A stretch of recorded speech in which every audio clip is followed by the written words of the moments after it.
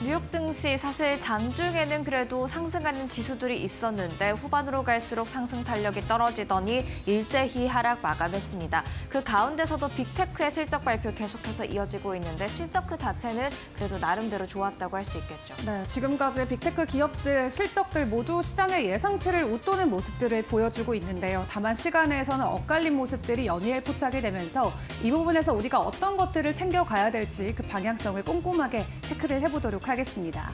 먼저 간밤 마무리됐던 뉴욕 증시 상황부터 체크해보도록 할 텐데요. 간밤 시장 상황 확인해볼까요? 네, 3대 주요 지수 일제히 밀렸습니다. 다우가 0.22%, 나스닥은 0.56%, S&P 500 지수 0.33% 하락했습니다. 그래프 보시면 알 수 있듯이 장중에는 상승하는 모습들도 나타났었는데 주요 이벤트를 앞두고 경계 심리가 다시금 고조되면서 지수들이 상승폭을 반납한 채 하락한 것으로 보여집니다. 사실 이날 발표됐던 지표들도 이렇게 지수 상승을 돕기는 했습니다. 일단 3분기 미국 국내 총생산 GDP 속보치가 2.8%로 나타났습니다. 예상치보다 낮게 나오긴 했지만 그래도 골디락스를 위해서는 충분한 숫자였다라는 이야기 나오고 있고요. 또 10월 ADP 민간 고용이 23만 3천 건 증가한 것으로 나타났는데 예상치의 2배 넘는 수치가 나오면서 고용시장 강하다, 미국 경제 괜찮다라는 이야기가 주식시장의 장중에 상승 동력이 된 것으로 보여집니다. 하지만 빅 이벤트를 앞두고 있는 만큼 약세를 보인 것으로 해석되고 있고요. 히트맵 한번 같이 보실까요? 빅테크의 주가도 서로 엇갈리는 모습이었습니다. 애플이 1.53% 하락했고 엔비디아를 비롯한 다른 반도체주, 특히 전날 실적을 공개했던 AMD 10% 이상의 하락률을 기록하는 모습이었죠.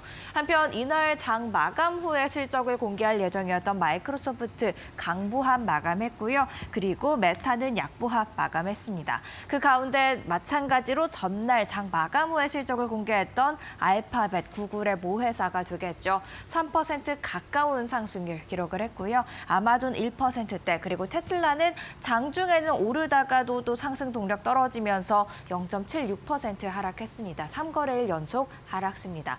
그렇다면 자세하게 들어가 보도록 하겠습니다. 마이크로소프트의 실적부터 함께 보시죠. 조금 전에 실적을 공개했습니다. 매출과 주당 순이익 모두 예상치보다 좋게 나왔습니다. 매출은 전년 동기 대비 16% 증가한 것으로도 확인이 되고 있죠. 그리고 애저가 포함이 돼 있는 인텔리전트 클라우드 사업부의 매출도 예상치보다 좋게 나왔고요. 전년 동기 대비 20% 증가한 수치라고 합니다. 그리고 애저만 따로 떼어놓고 본 성장률의 경우 예상치가 29.4%에서 32.8%였는데 예상치 상단도 뛰어넘은 33%로 확인이 되고 있습니다. 그만큼 마이크로소프트가 주력하고 있는 AI 클라우드 사업부의 매출 성장세가 강하다 해석해 볼 수 있겠습니다. 그렇다면 이어서 마찬가지로 장 마감 후에 실적을 공개한 메타의 실적도 한번 살펴보도록 하겠습니다. 매출 예상보다 좋게 나왔고요. 주당 순이익도 6달러대로 예상치 웃돌았습니다. 다만 좀 아쉬웠던 게 있다면 일일 활성 이용자 수가 될 것 같은데요. 전년 동기 대비 5% 증가한 32억 9천만 명을 기록을 했는데 예상치를 소폭 밑도는 숫자였습니다. 다만 좀 괜찮다고 느껴진 부분들, 올해 회계년도 2024 회계년도 총 비용이요. 기존에 예상했던 것보다는 조금은 낮게 나오면서 그래도 이 부분에 대해서 비용에 대한 부담은 좀 줄일 수 있었을 것으로 해석됩니다. 시간외 거래 마이크로소프트와 메타 같이 한번 보도록 하겠습니다. 메타 먼저 보겠습니다. 지금 메타의 시간외 거래 움직임은 1%대의 하락률을 기록하고 있는데요. 아무래도 매출과 주당 순이익 좋았지만 일일 활성 이용자 수가 부진하게 나오면서 향후 매출에 대한 우려가 조금 시장에 자리 잡은 것으로 보여지고 있고요. 마이크로소프트의 시간외 거래 움직임은 오름세입니다. 장 초반엔 시간외 거래가 시작할 때는 강하게 뛰어 올랐지만 이후 상승 동력은 조금 약해지면서 0.7%가량의 오름세를 보이고 있다는 것 확인할 수가 있었습니다. 과연 목요일장 정규 거래에서는 또 어떤 흐름을 보일지 계속해서 지켜보셔야 될 것 같고요. 사실 어닝 시즌 계속되고 있는 만큼 빅테크 외에도 많은 기업들이 실적을 공개하고 있습니다. 일단 전날 장 마감 후에 실적을 공개했던 알파벳, 올랐고 AMD는 큰 충격을 받았다는 것 히트맵을 통해서도 확인을 해봤고요. 일라이릴리 아쉬운 실적에 연간 전망까지 하향하면서 주가 6% 이상 내려왔습니다. 왜 실적이 아쉬웠을까 생각을 해봤는데 지금 비만 치료제 매출이 생각보다 부진하다라는 이야기가 나와 있거든요.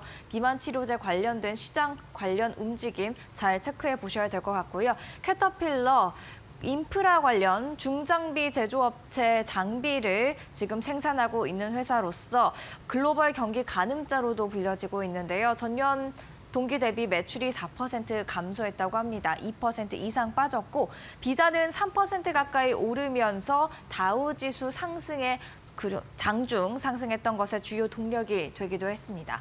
또 레딧, SNS가 되겠는데 42% 이상의 폭등세를 기록을 했죠. 적자를 예상했었는데 생각밖의 깜짝 흑자를 기록하면서 지금 주가가 강한 상승 압력을 받은 것으로 풀이됩니다. 그러면 이어서 다른 특징주도 한번 살펴볼까요? 빅테크가 준비가 돼 있습니다. 애플 1.53% 수요일장에서 하락하긴 했습니다만 이번엔 M4 칩을 탑재한 맥북 프로를 공개했습니다. 최근 계속해서 AI 성능 강화에 따른 제품 업데이트를 발표를 하고 있고요. 엔비디아 1.36% 하락을 했죠. AMD가 4분기 매출 전망 가이던스를 조금 하향 조정하면서 실망감이 나왔던 부분이 엔비디아에도 조금은 영향을 줬을 것으로 분석되고 있습니다. 그리고 테슬라 0.76% 하락하면서 3거래일 연속 하락세 이어갔고요. 이날 나왔던 소식 중 하나, 비아디의 매출이 처음으로 테슬라를 앞질렀다고 합니다. 여전히 전기차 시장 1위를 달리고 있는 테슬라지만 경쟁사들의 그런 경쟁이 붙는 속도가 매우 빠르다는 점은 참고하셔야겠습니다. 이슈에 따라 움직인 종목들도 있었습니다. 세 가지 준비해 봤는데요. 슈퍼마이크로 컴퓨터 밤사이에 32% 이상의 폭락세를 나타냈죠.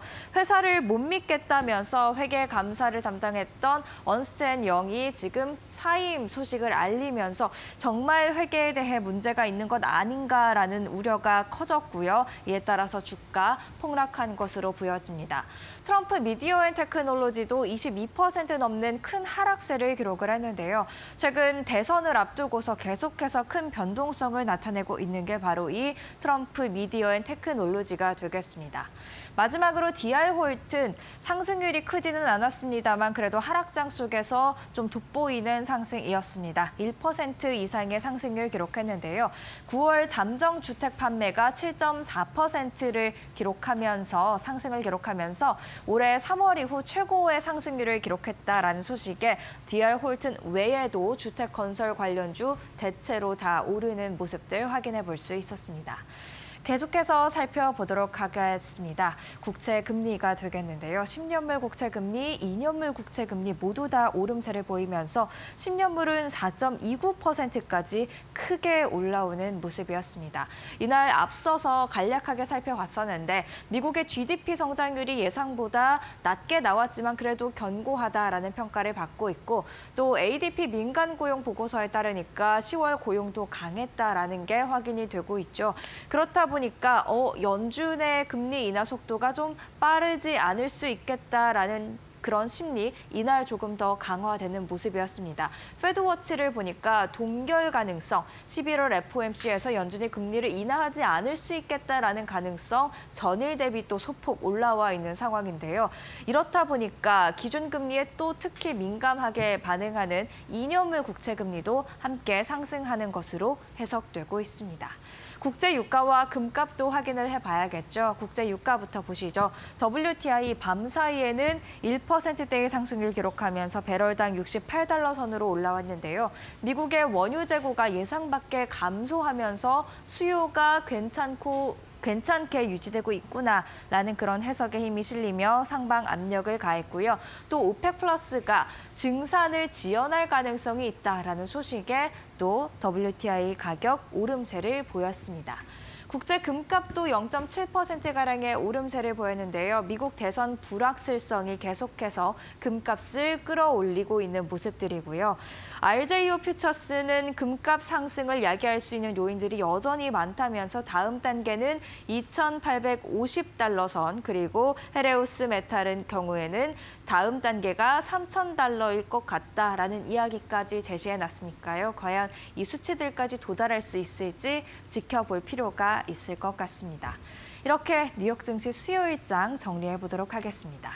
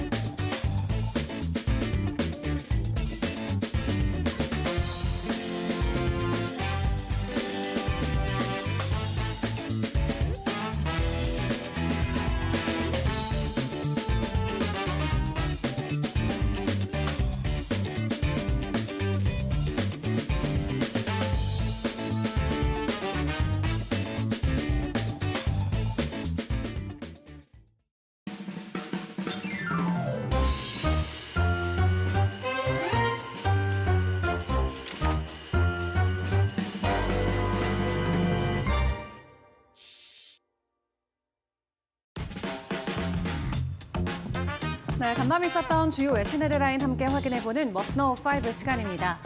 주요국들의 GDP가 간밤 발표가 됐습니다. 유럽 같은 경우는 부진할 것으로 예상했지만 예상 이외의 긍정적인 모습을 보였고요. 특히 침체기를 겪고 있었던 독일마저 깜짝 성장 발표를 했습니다.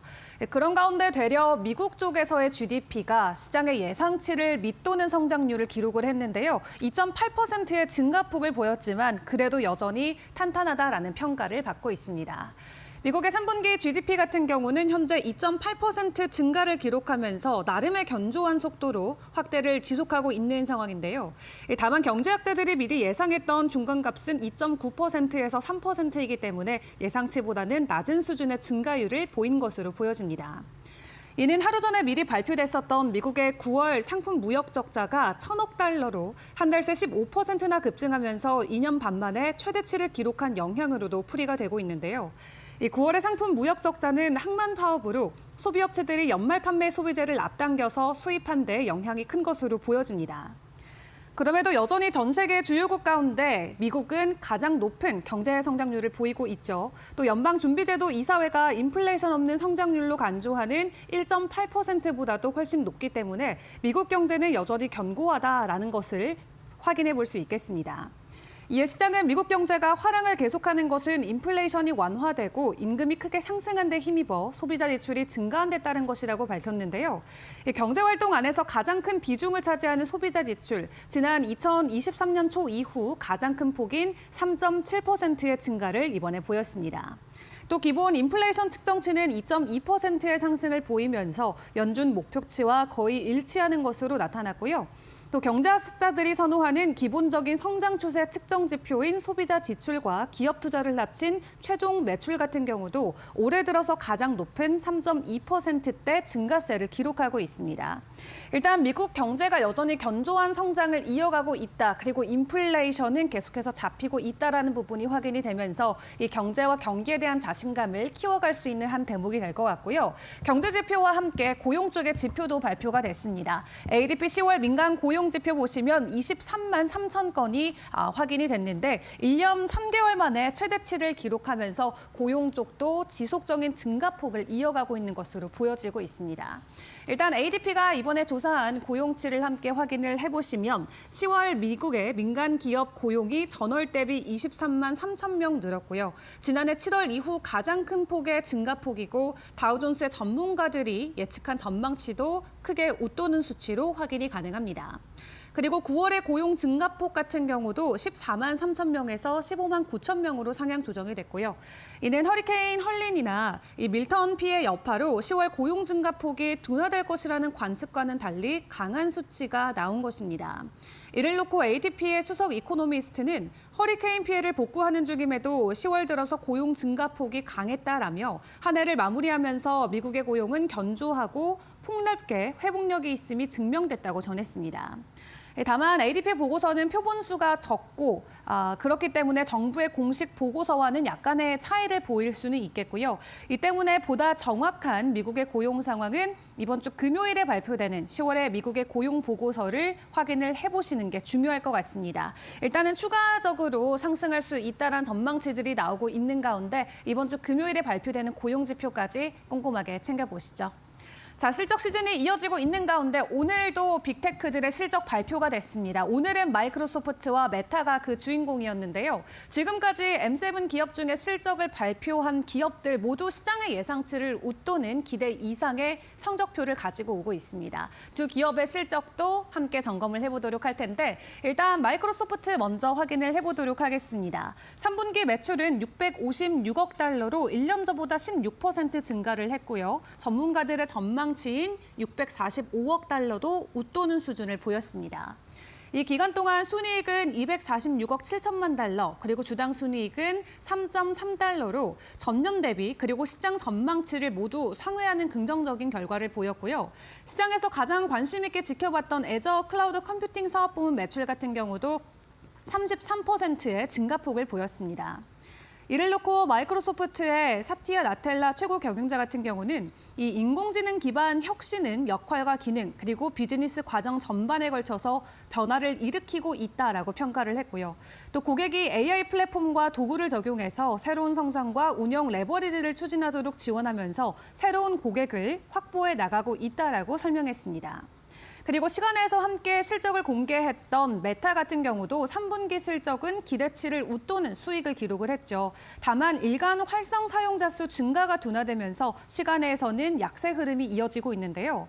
이 메타의 이번 분기 매출 같은 경우는 405억 9천만 달러로 예상치를 넘어섰고 주당 순이익도 6.03달러로 예상치인 5.25달러를 상회했습니다. 다만 일간 활성 사용자 수가 5% 증가한 32억 9천만 명으로 예상치였던 33억 1천만 명에 미치지 못했기 때문에 사용자 성장 둔화에 대한 우려가 커졌고요. 이 4분기 가이던스 같은 경우도 450억 달러가 제시가 됐는데 시장의 기대치를 웃돌긴 했습니다만 전반적인 총 비용의 가이던스가 하향 조정되면서 시간에서는 실망감으로 주가에 작용이 되고 있는 것 같습니다. 그래도 이 정도면 지금까지 나름의 긍정적인 실적들과 함께 빅테크들 나쁘지 않은 모습들을 보여주고 있는데요. 계속해서 발표가 되는 실적들도 저희와 함께 챙겨보시길 바라겠습니다. 자, 그리고 머스크의 발언이 또 시장에서 논란이 되고 있습니다. 이제 대선이 정말 코앞으로 다가온 가운데 머스크가 트럼프가 만약 당선이 되게 된다면 미국 안에서의 긴축 그리고 증시 폭락이 있을 수 있다라는 전망을 한 인터뷰를 통해서 내용 공유를 했습니다. 머스크 같은 경우는 지금 트럼프의 오른팔로도 불리죠. 굉장히 가까운 동맹처럼 함께 이 대선을 뛰고 있는데요. 머스크가 전날 지지자들과 한 전화 토론회에서 이 트럼프 행정부가 들어서면 대대적인 연방 예산 삭감, 긴축 정책, 그리고 경제적 고통이 있을 것이라고 언급을 했습니다. 다만 장기적으로는 번영으로 이어질 것이라고 코멘트를 남기긴 했는데요. 다만 미국 경제가 현재 경제 호황을 누리고 있는 가운데 이 같은 긴축 정책과 관련된 메시지는 이례적이다라고 시장이 분석을 하고 있습니다. 현재 미국 경제는 올해 3% 가까운 경제 성장을 보이고 있고 또 인플레이션 수치 또한 팬데믹 직후 거의 두 자릿수에서 2%대로 극적인 하락을 보였죠. 인플레이션을 조정한 평균 주급은 팬데믹 이전 수준보다 높은 상황이고요. 또 주식시장 같은 경우도 S&P 500 지수만 놓고 봤을 때는 바이든 행정부 출범 이후로 54% 정도의 상승 흐름을 보이고 있습니다.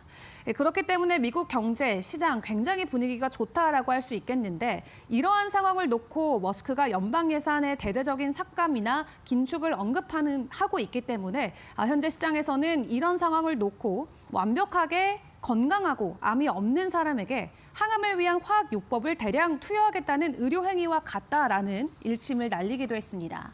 사실 긴축이나 예산 삭감은 특히 트럼프와 그리고 엄청난 자산을 가지고 있는 머스크 같은 억만장자들은 아무런 영향을 받지 않죠.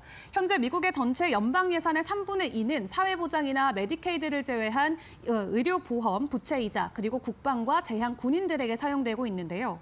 머스크가 언급한 대로 이렇게 잔혹한 예산 삭감 구상이 적용되게 되면은 트럼프 지지자들을 포함해서 저소득층의 미국인 상당수가 타격을 받을 가능성이 상당히 높을 것으로 보여집니다. 따라서 머스크가 연방 예산에서 최소 2조 달러를 삭감하겠다라는 것은 메디케이드나 교통, 국토안보나 농업, 그리고 식품의약국 등 다른 모든 것을 폐지하거나 사회보장이나 메디케어를 대폭 삭감하겠다라는 뜻으로 풀이될 수가 있겠고요. 반대로 정작 트럼프는 법인세 인하 그리고 보유층에 대한 세금 인하를 공언했는데 머스크는 트럼프가 제안한 세금 인하 문제와 관련해서는 아직 별다른 언급을 하고 있지는 않는 상황입니다. 현재 이러한 상황을 놓고 월가의 경제학자들은 트럼프의 감세 정책과 관세 폭탄이 해리스의 제안보다 미국 인플레이션을 더 심화시킬 것이라고 경고를 하고 있는 상황인데 일단 트럼프는 본인이 대통령으로 당선되면 머스크가 정부 효율성 위원회를 이끌기를 원한다라고 이야기하면서 예산 절감 장관이 될 것이다라고 머스크는 이야기를 하고 있습니다. 이제 정말 대선이 코앞으로 다가온 만큼 머스크가 예측하고 있는 미국의 경제 상황 정말 그대로 분위기가 흘러갈지 일단 대선 상황까지 꼼꼼하게 점검을 해보시는 게 중요할 것 같은데요. 무엇보다도 대선을 앞두고 가장 큰 긴장감과 기대감이 나오고 있는 것은 바로 비트코인을 포함한 암호화폐 시장이 될 것 같습니다. 때문에 최근에 변동성이 큰 폭으로 증가하면서 어제는 전고가 부근까지 비트코인의 가격이 올라가는 모습을 보이기도 했는데요. 그렇기 때문에 이 시점에서 우리가 코인 시장에 대한 여러 가지 전망들과 전략들을 챙겨봐야 될 것 같습니다. 이 시간에는 스매시파이 대표이신 백훈종 대표 전화로 연결해서 현재 코인 시장 상황을 꼼꼼하게 진단해 보도록 할 텐데요. 대표님 나와 계실까요? 네, 안녕하세요. 네, 안녕하세요. 어제 비트코인이 추가적인 급등 흐름을 보였습니다. 다만 간밤에는 약간의 조정이 나오긴 했지만 최근 나오고 있는 비트코인의 폭등의 배경은 어떤 걸로 풀이하고 계실까요? 가장 대표적으로 트럼프 대통령의 미국 대통령 대통령 당선이 될 것 같습니다. 트럼프 대통령이 만약에 당선되면 그동안 이제 계속해서 공약해왔던 비트코인 관련된 규제 완화 정책들 그리고 산업 육상 정책들을 펼 것으로 기대가 되는 거죠. 그리고 트럼프 내각에 이제 참여할 것으로 보이는 방금 말씀해주신 일론 머스크라든지 아니면은 로버트 케네디 주니어, 비백 라마스와미 같은 친 트럼프계 인사들이 전부 이제 비트코인 관련해서도 굉장히 우호적인 입장을 취하고 트럼프 대통령 자신이 아니더라도 이들이 이제 그 암호화폐 육상 정책을 펼 것으로 또 기대가 돼요. 그러다 보니까 전 세계적으로 이 암호화폐 완전 훈풍이 불 것으로 기대가 된다. 그래서 월스트리트 머니들이 움직이는 게 가장 큰 요인이 아닌가 싶습니다. 네, 트럼프 당선과 관련된 기대감으로 최근 비트코인의 가격 변동성이 나오고 있다 말씀 주셨는데 그렇다면 대선 시나리오별 비트코인의 가격 전망도 궁금합니다. 트럼프 때문에 오르고 있는 비트코인이라면 만약 해리스가 당선된다면 오히려 하락의 길을 걷게 될까요? 우선 대선 결과에 상관없이 비트코인은 지금 글로벌 M2 머니 증가량 때문에도 오를 거라고 예상이 돼요. 다만 트럼프 대통령이 당선되면 조금 더 급격하게 더 빨리 그 시기가 오를 것 같고 해리스가 당선이 되더라도 해리스 후보는 바이든 대통령보다는 훨씬 더 이 암호화폐 육성이나 아니면 규제 완화를 더 적극적으로 해나가겠다고 지금 공약을 했거든요. 다만 이제 민주당 중진 의원들이 이 디지털 자산이라고 하는 암호화폐에 큰 관심도 없고 적대적인 의원들도 많기 때문에 난항이 있겠죠. 하지만 그렇다 하더라도 이 지금 현재 미국의 연방 정부 국가 부채가 굉장히 가파르게 늘어나고 있는 속도가 이게 심상치가 않습니다. 게다가 이제 아직 미국 연준은 양적 완화를 시작하지 않았지만 중국은 대규모 경기 부양책을 발표했고 유럽 ECB는 이미 몇 차례 기준금리 인하를 하면서 양적 완화 모드로 들어갔어요. 네, 그래서 결국 희소한 자산인 비트코인의 가격이 오르는 이유는 가장 단순하게 얘기하면 그 반대급부에 있는 이 법정 통화의 공급량이 늘어나는 거거든요. 근데 이제 미국도 정부 부채가 이미 늘고 있는데 여기에 양적 완화까지 더해지면 역시 비트코인의 이제 그 가격 상승에는 큰 재료가 되지 않을까 생각을 합니다. 네, 해리스가 당선된다고 하더라도 법정 통화량이 증가하고 있기 때문에 희소 자산의 이 특성을 띠고 있는 비트코인은 계속해서 증가폭을 보일 수 있다 설명을 주셨고요. 일단 단기적으로는 우리가 대선을 앞두고 있는 만큼 비트코인과 암호화폐 시장의 대선 모멘텀에 집중을 하고 있는데 그렇다면 대선 이후에 암호화폐 시장에 추가적으로 가지고 갈 수 있는 모멘텀도 있을까요? 일단 대선이 끝나면 불확실성이 걷히면서 자산들이 전부 어떤 리이발류에이션 단계에 들어갈 거로 생각을 해요. 이미 근데 지금 비트코인과 그리고 실적 발표가 나오면서 호실적이 나오고 있는 몇몇 기업들, 테슬라, 구글도 최근에 4% 하루 동안 급등했죠. 이런 호실적이 나오는 기업들에 이미 스마트 머니들의 돈은 몰리고 있습니다. 가장 불확실성이 높은 시기에는 확실성이 높은 자산에 돈이 몰리게 돼 있어요. 근데 이런 시기에 비트코인의 가격이 오버슈팅을 해서 지금 지난 5일 동안만 8%가 넘게 상승을 했거든요. 그리고 이제 완전히 연말로 가면서 점점 더 올라갈 거로 기대가 되죠. 이 얘기는 이제 비트코인이 조금 더 우량주나 아니면은 글로벌 안전자산이라 할 수 있는 금과 같이 불확실한 시기를 대비할 수 있는 해지 자산으로 많이 평가를 받고 있다는 걸 의미를 합니다. 그래서 결국 어떤 대통령이 당선이 되든 글로벌 불확실성, 즉 트럼프가 당선이 돼도 인플레이션 우려가 커지는 지금 문제가 있고 그리고 중국의 관세를 60% 매겼을 때 어떤 결과가 초래할지 무역 전쟁이 또 발발하지 않을지 이런 걱정들이 있죠. 그리고 이제 해리스가 당선이 되면은 지금 중동이나 아니면은 러시아 우크라이나 전쟁 같은 것들이 발발하지 않을지 심지어 더 나아가서 중국과 대만의 전쟁이 발생하진 않을지 이런 우려들이 계속해서 커져요. 지정학적인 위기, 결국 경제적인 위기 이런 것들에 대한 불확실성이 어떤 대통령이 당선되든 바로 줄어들진 않습니다. 그렇기 때문에 비트코인으로 들어갈 스마트머니의 자금은 앞으로도 더 가속될 수 있다라고 생각을 하고요. 그래서 연말이나 내년 초를 조금 더 기대해 보게 되는 비트코인 투자자로서 그런 시기인 것 같습니다.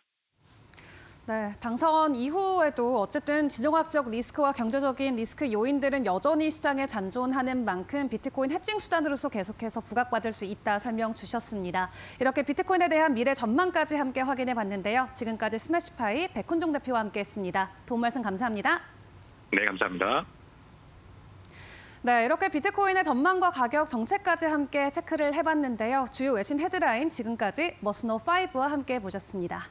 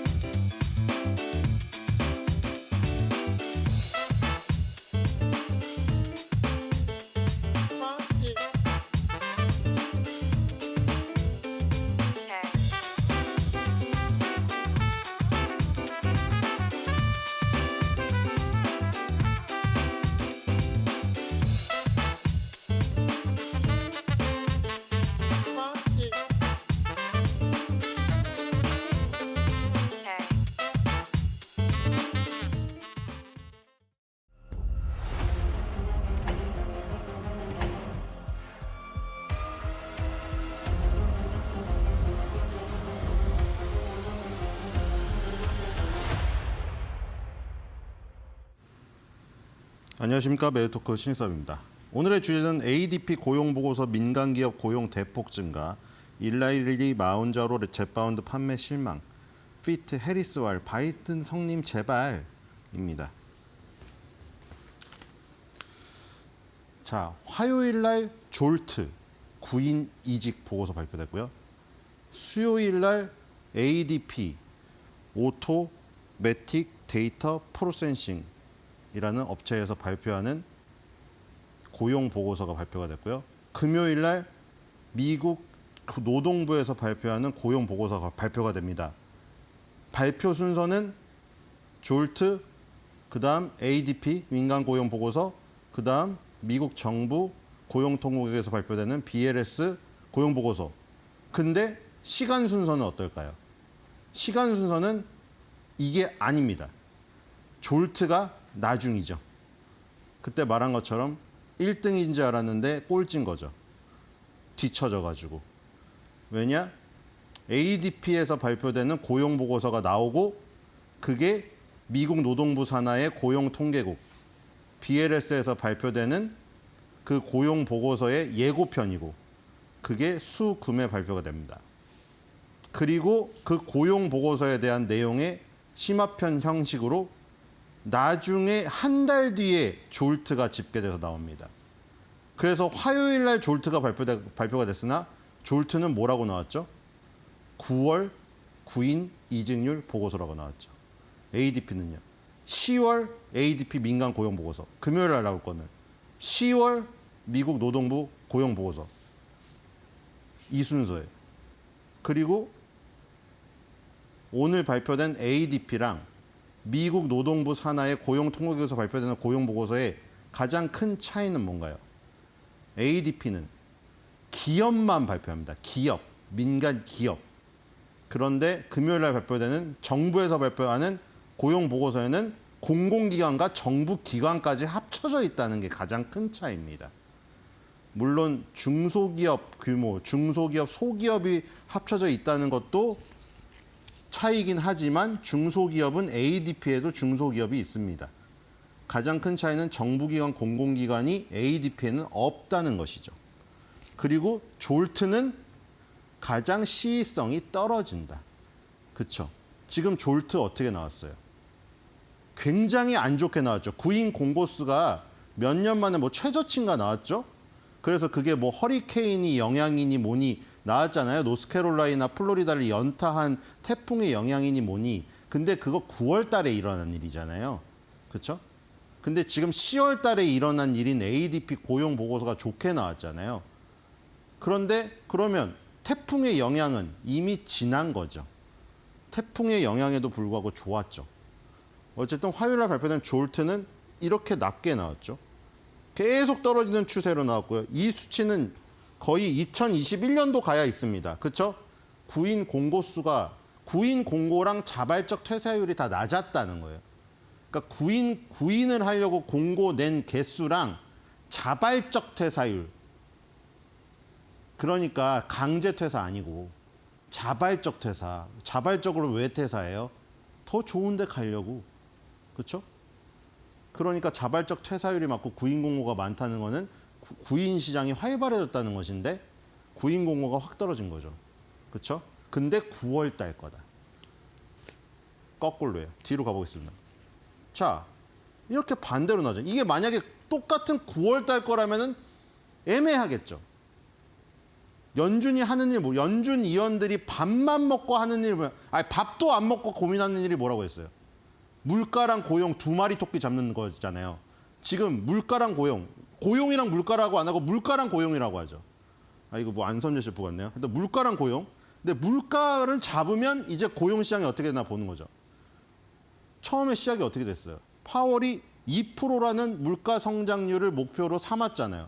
그러다가 왜 2%만 고집을 하냐 해서 2%로 가는 방향성이 확인되면 금리 인하를 하겠다고 해서 2%로 가는 방향성이 확인됐다고 연준 의원들이 다 동의를 해서 보험원도 베이비 컷을 친 거지 아예 컷에 반대한 건 아니잖아요. 어쨌든 간에 B컷을 쳤습니다. 그러니까 이제 물가가 2%로 간다는 방향성이 확인됐다고 서로 다 동의가 된 거죠. 그러니까 이제 물가는 이제 잡혀간다 혹은 잡혔다라는 확신 뭐 차이는 있겠지만 그 방향으로 간다는 건 다 동의를 한 거예요. 그러니까 물가는 일단 토끼 귀 하나까지는 잡은 거죠. 그러니까 이제 다른 손으로 고용을 잡으려고 한 거죠. B컷을 쳐서 고용 시장이 어떤가 본 거죠. 그러니까 지금 포커스가 다 고용으로 온 거죠. 그전에는 인플레이션이었죠. 포커스가 전부 인플레이션이죠. 두 마리 토끼가 다 살아서 막 날뛰고 있었으니까 그때는 두 마리 토끼가 막 날뛰고 있으니까 인플레이션에 다 중심을 다 물가 상승을 짚보에 관심을 갖다가 물가 상승 잡힌 거라고 지금 동의가 됐나 보네. B컷 친 거 보니 그 다 고용 보고서로 딱 왔잖아요. 거기에 이제 3개가 딱 있는 거죠, 이렇게. 근데 졸트는 나중에 발표가 되는 거다. 근데 발표는 먼저 되는데 나중에 집계가 되는 거다. 그리고 오늘 이제 ADP에서 비농업, 항상 비농업입니다. 농업은 변동성이 심하고 자영업이 많기 때문에 뺍니다. ADP에서 발표되는 민간 고용 이 보고서. 여기서 ADP가 오토매틱 데이터 프로세싱이라는 업체라고 했잖아요. 10월 달 미국의 민간 기업 고용이 전월 대비 23만 3천 명 증가했는데 이 10월 달 증가폭은 지난해 7월 1년 여전으로 돌아가야 됩니다. 지난해 7월 이후에 가장 큰 폭이다. 이게 2020년에 이렇게 확 줄어드는 그래프 때문에 이게 너무 작게 보여요. 사실 이게 블랙스완이라 좀 빼야 되는데 검은 백조는 빼야 되잖아요. 검은 백조가 태어날 확률은 거의 없죠. 미운 오리 새끼가 석탄치라고 들어간 거일 수도 있으니까 이런 건 사실 빼야 되거든요. 근데 이게 너무 길다 보니까 이게 너무 조그맣게 보이는 지금 착시 효과가 있어요. 근데 어쨌든 여기에 지금 그래프 그래도 조그만 거라도 우리가 세밀히 보면은 여기 이후에는 이런 높이가 없잖아요. 지금 사이에는. 그렇죠? 1년 만에 최고치로 지금 늘었습니다. 자, 그러니까 졸트랑 이거랑 동시에 나왔으면 헷갈리는 거죠. 아무리 졸트가 응답률이 33%여서 신빙성이 없다고 하더라도 9월 달 같은 뭐 이렇게 화요일, 수요일 하루 차이로 똑같은 10월 달께 만약에 졸트 9인공은 확 떨어지고 이거는 민간 고용 확 올라갔으면 헷갈리잖아요. 근데 졸트는 9월이라는 것이죠. 그러니까 태풍의 영향은 이미 없었다. 이미 다 제거가 됐다. 그리고 다우존스가 집계한 전문가 전망치가 11만 3천 명이었는데 무려 10만여 명 가까이 컨센서스 상회를 했습니다. 어마어마한 기록입니다. 그러니까 다우존스에서는 전문가들이 아마 태풍의 영향 때문에 적게 집계한 것을 완전히 깨버린 상황이다. 그리고 9월 달, 지난달 증가폭도 14만 3천 명에서 15만 9천 명으로 상향 조정했어요. 지난달치가 다시 집계해 보니까 상향 조정되면 이게 상향 조정하고 하향 조정하면 하향 조정하거든요. 근데 지난달 거 상향 조정됐는데 거기서 또 23만 3천 명이 증가를 했다. 어마어마한 수치가 나왔습니다. 자, 뒤로 가보겠습니다. 그럼 이제 이게 금요일 날 이제 확인이 되는 거죠. 금요일 날 가장 공신력 있는 정부에서 노동부의 산하 고용통계국이라는 BLS에서 발표되는 그 정부의 고용 보고서가 여기서 확인 사살을 해주는 것이고 거기서 실업률까지 나오는 것이죠. 근데 이게 예고탄이죠. 뒤로 가보겠습니다. 정부기관, 공공기관만 없습니까요? 그 정부기관, 공공기관은 자꾸 마사지한다는 소리가 있기 때문에 항상 야당에서 그렇게 비판합니다. 저거 마사지한 거다. 정부기관, 공공기관 막 구인공고 말도 안 되는 거 낼 수도 있잖아요. 그렇죠? 한 일자리 그냥 아무거나 해가지고 우리도 그잖아요. 열정페이 해가지고 그냥 막 나무 가로수 보수하고 보도블록 파는 거 일자리 한 100개씩 뿌려가지고 거기 채용하면은 높게 나올 거 아니에요. 그렇기 때문에 그런 거 가지고 뭐라고 하는 사람들이 있기 때문에 ADP는 기업만 한다. 그리고 원체 방대합니다. 2,500만 명 이상의 그 미시간대 소비자 심리지수 500가구 대상으로 한다고 했죠. 이건 2,500만 명 이상의 미국 직원에 집계되고 익명화된 급여 데이터를 기반으로 한 민간 부문 노동시장에 대한 독립적이고 고빈도의 견해다. 자, 여기에서 사람 수를 따지진 않습니다. 사람 수. 그러니까 뭐냐면은 한 사람이 뭐 요즘에도 우리도 그런 얘기 많죠. 공무원이 막 투잡할 때 걸린 거 있잖아요, 지금. 근데 공무원은 법적으로 저기를 허가를 받고 해야 되지만 일반 사람들 지금 투잡, 쓰리잡, 포잡 뛰시는 분들 많잖아요. 그렇죠? 근데 저기를 일자리만 따져요. 한 사람이 4개의 직업을 갖고 있다고 해서 한 사람으로 안 치고 4개의 일자리, 4명의 일자리라고 쳐요. 포잡, 파이브잡 뛰면은 그렇게 치는 겁니다. 일자리 개수로 하는 거예요. 뒤로 가보겠습니다. 사람 수로 하는 게 아니에요. 자, 그럼 이제 그래서 ADP 민간 보고서랑 금요일 날 나올 이 노동부 산하의 고용통계국 BLS의 고용 보고서의 차이는 뭐냐? 아까 전에 말한 대로 그 차이도 크고요. 정부기관, 공공기관이 정부 보고서에 들어있고 이 ADP 민간 보고서에는 그냥 기업만 대상으로 하는 것이다. 근데 또 주기의 차이도 있습니다. ADP 같은 경우에는 각 주의 일자리에 대한 주별 빈도 데이터 계열을 생성하는데 BLS는 해당 월의 12일을 포함하는 주의 일자리에 대한 월별 빈도 데이터로 합니다.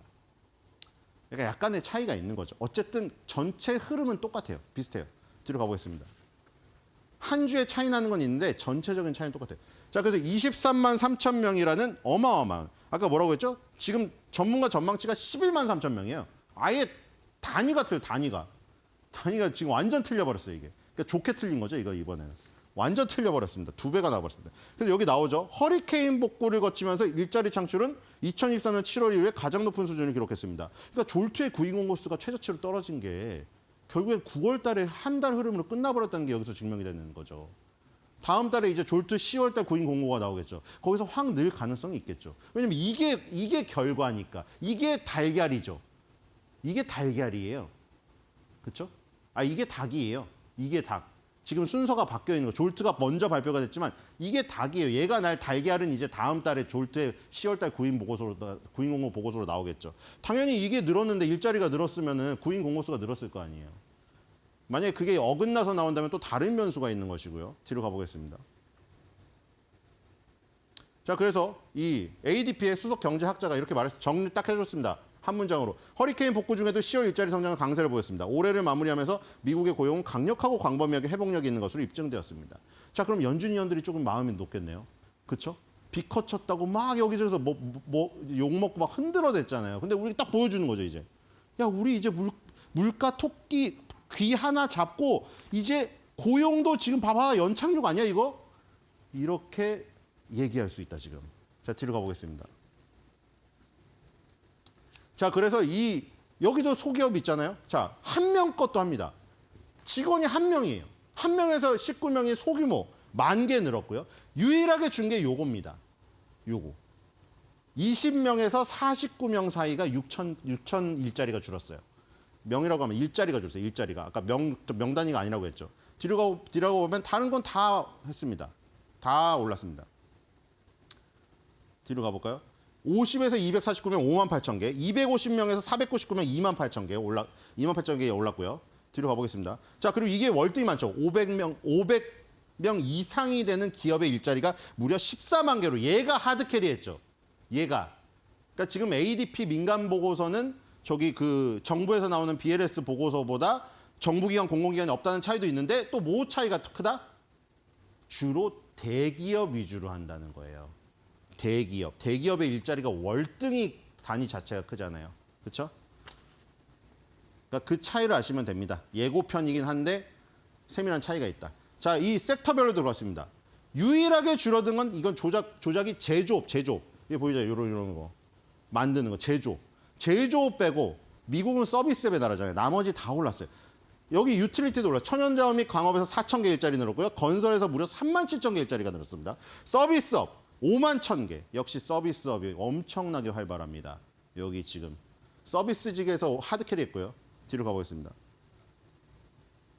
자, 정보 7,000, 전문 및 비즈니스 서비스 31,000, 여가 및 환대 37,000, 금융 11,000, 교육 및 건강 서비스 53,000, 기타 서비스 21,000. 자, 그럼 정리가 되겠네요. 대기업 위주로 올랐고 500명 이상인 대기업 위주로 올랐고 교육 및 건강 서비스 그리고 아까 전에 서비스업 요쪽에 올랐죠. 어쨌든 둘 다 서비스예요. 서비스업 위주의 대기업 위주로 일자리가 하드캐리 돼서 전문가 예상치를 무려 2배를 상회하는. 그래서 허리케인의 영향마저 다 상쇄돼 버렸다. 이렇게 정리가 되겠네요. 그대로 아마 금요일 날 정부 고용 보고서가 이어질 것이고 그럼 실업률도 떨어지게 나올 겁니다. 그럼 이제 연준은 자랑하겠죠. 자랑은 안 하겠지만 안심하겠죠. 자, 계속해서 이제 고용은 꾸준히 2010년부터 꾸준히 늘고 있습니다. 절대값은 계속 늘고 있어요. 2020년에 한 번 이런 블랙스완으로 꺾인 거 빼고는. 미국의 고용은 계속 늘고 있다. 자, 뒤로 가보겠습니다. 그러니까 이거는 아까 말한 거를 그냥 그래프로 정리한 거예요. 다 말한 거예요, 아까. 네. 여기 사이즈별로 해놓은 거고요. 유일하게 20명에서 49명 여기만 줄었죠.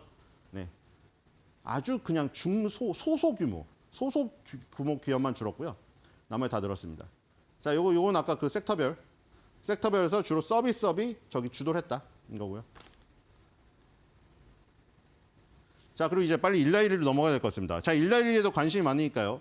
자, 111 노보노디스크에 관심이 많으신데 아까 저 표는 111가 저 2018년 이후에 가장 큰 2008년 세계 금융위기 이후에 변동성 밑으로 내린 게 가장 컸어요.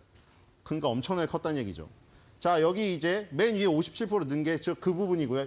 매출 20% 늘었고 순이익 970.3밀리언 달러인데 작년 동기 57.4 밀리언 손실이었는데 엄청난 완전히 대역전극을 펼쳤죠. 자, 순이익은 1.07달러 그리고 조정해주면 1.18달러 나옵니다. 조정해준 순이익이 무려 100% 이상 증가를 했네요. 자, 그런데 문제는 뭐냐? 이게 월가의 기대에 여기 못 미쳤다는 거. 너무 좋게 나왔는데 월가 기대가 너무 높았어요. 그리고 지금 노보노디스크도 그런데 여기도 마찬가지예요. 제일 중요한 게 젯바운드랑 마운자로잖아요. 지금 마운자로가 31억이 1,000만 달러 매출 나왔고요. 젯바운드, 마운자로를 다시 그 체중 감량 의약품을 만든 게 젯바운드죠. 12억 6천만 달러인데 이게 애널리스트는 36억 2천만 달러, 16억 3천만 달러를 예상했습니다. 예상치 하회해버렸어요. 그래서 주가가 떨어졌습니다. 뒤로 가보겠습니다. 1063.22, 아이고, 1000달러인가요, 이거? 자, 17.68 정도 오르면은 컨센서스에 도달됩니다. 뒤로 가보겠습니다. 스트롱바이고요. 뒤로 가보겠습니다. 기술적인 차트를 보고 마무리하겠습니다. 자, 그래서 이 삼각 수렴망을 밑으로 때려버렸습니다, 지금. 다행히 위로 올렸어요. 뒤로 가보겠습니다. 자, 여기서 정확히 지지받았죠? 50주선. 자, 50주선에서 지지를 받았습니다. 여기서 산 사람은 또 하루에 한 10% 정도 먹었어요.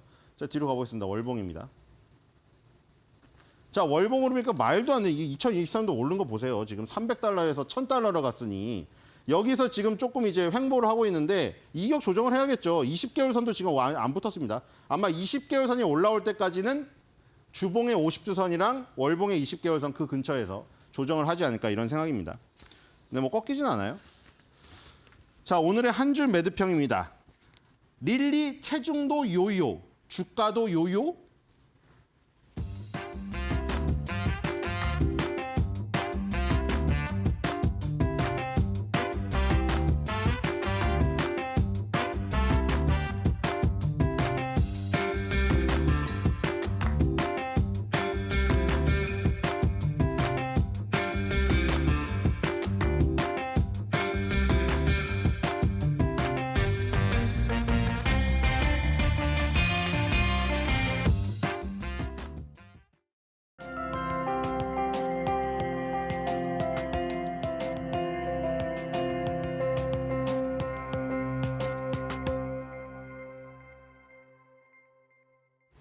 어제는 알파벳과 AMD였고요. 오늘은 AI 형님들이죠. 메타와 마이크로소프트가 장 마감 이후에 실적을 공개했습니다. 이 실적 사인에서 뜯어보겠습니다.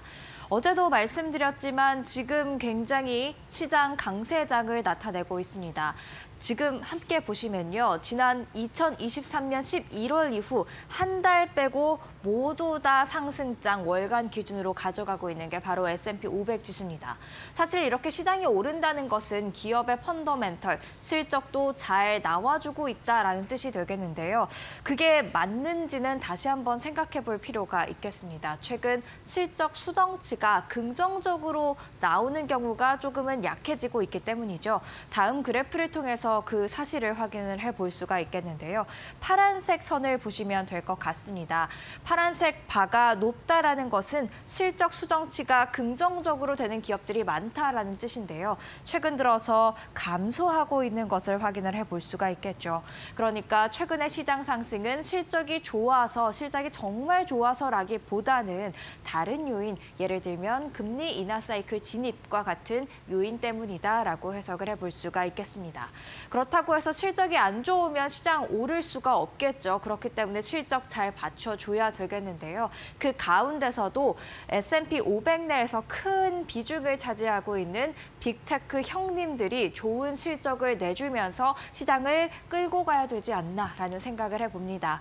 그리고 그 빅테크 형님들 중에서 특히 AI와 연관이 깊은 마이크로소프트와 메타 오늘 실적을 공개했죠. 마이크로소프트 정규 거래에서 강보합세를, 메타는 소폭 밀리는 모습을 나타냈는데요. 이 둘의 실적 지금부터 숫자로 확인해 보겠습니다. 먼저 마이크로소프트입니다. 매출과 주당 순이익 모두 예상치보다 좋게 나왔습니다. 매출은 전년 동기 대비 16% 증가하기도 했고요. 그리고 마이크로소프트를 볼 때 애저, 성장 동력인 애저가 잘 나가고 있는지 확인을 하고 있죠. 애저가 포함되어 있는 사업부죠. 인텔리전트 클라우드 사업부 예상치보다 높은 매출을 공개를 했습니다. 전년 동기 대비 20% 증가했다고 하고요. 애저만 똑 떼놓고 매출 성장률을 살펴보니까 역시나 예상치보다 높은 33%를 기록하는 모습들이었습니다. 마이크로소프트 AI를 기반으로 잘 나가고 있는 것 같은데요. 다른 그래프도 한 장 더 보도록 하겠습니다. 지금 마이크로소프트의 이야기라고 제목을 붙여봤는데 3분기 매출, 비용, 다 늘었습니다. 보시면 검정색 선이 매출을 그리고 하늘색 선이 비용을, 자본 지출을 나타내고 있는데요. 매출도 늘고 비용도 늘고 함께 확인을 할 수가 있겠죠.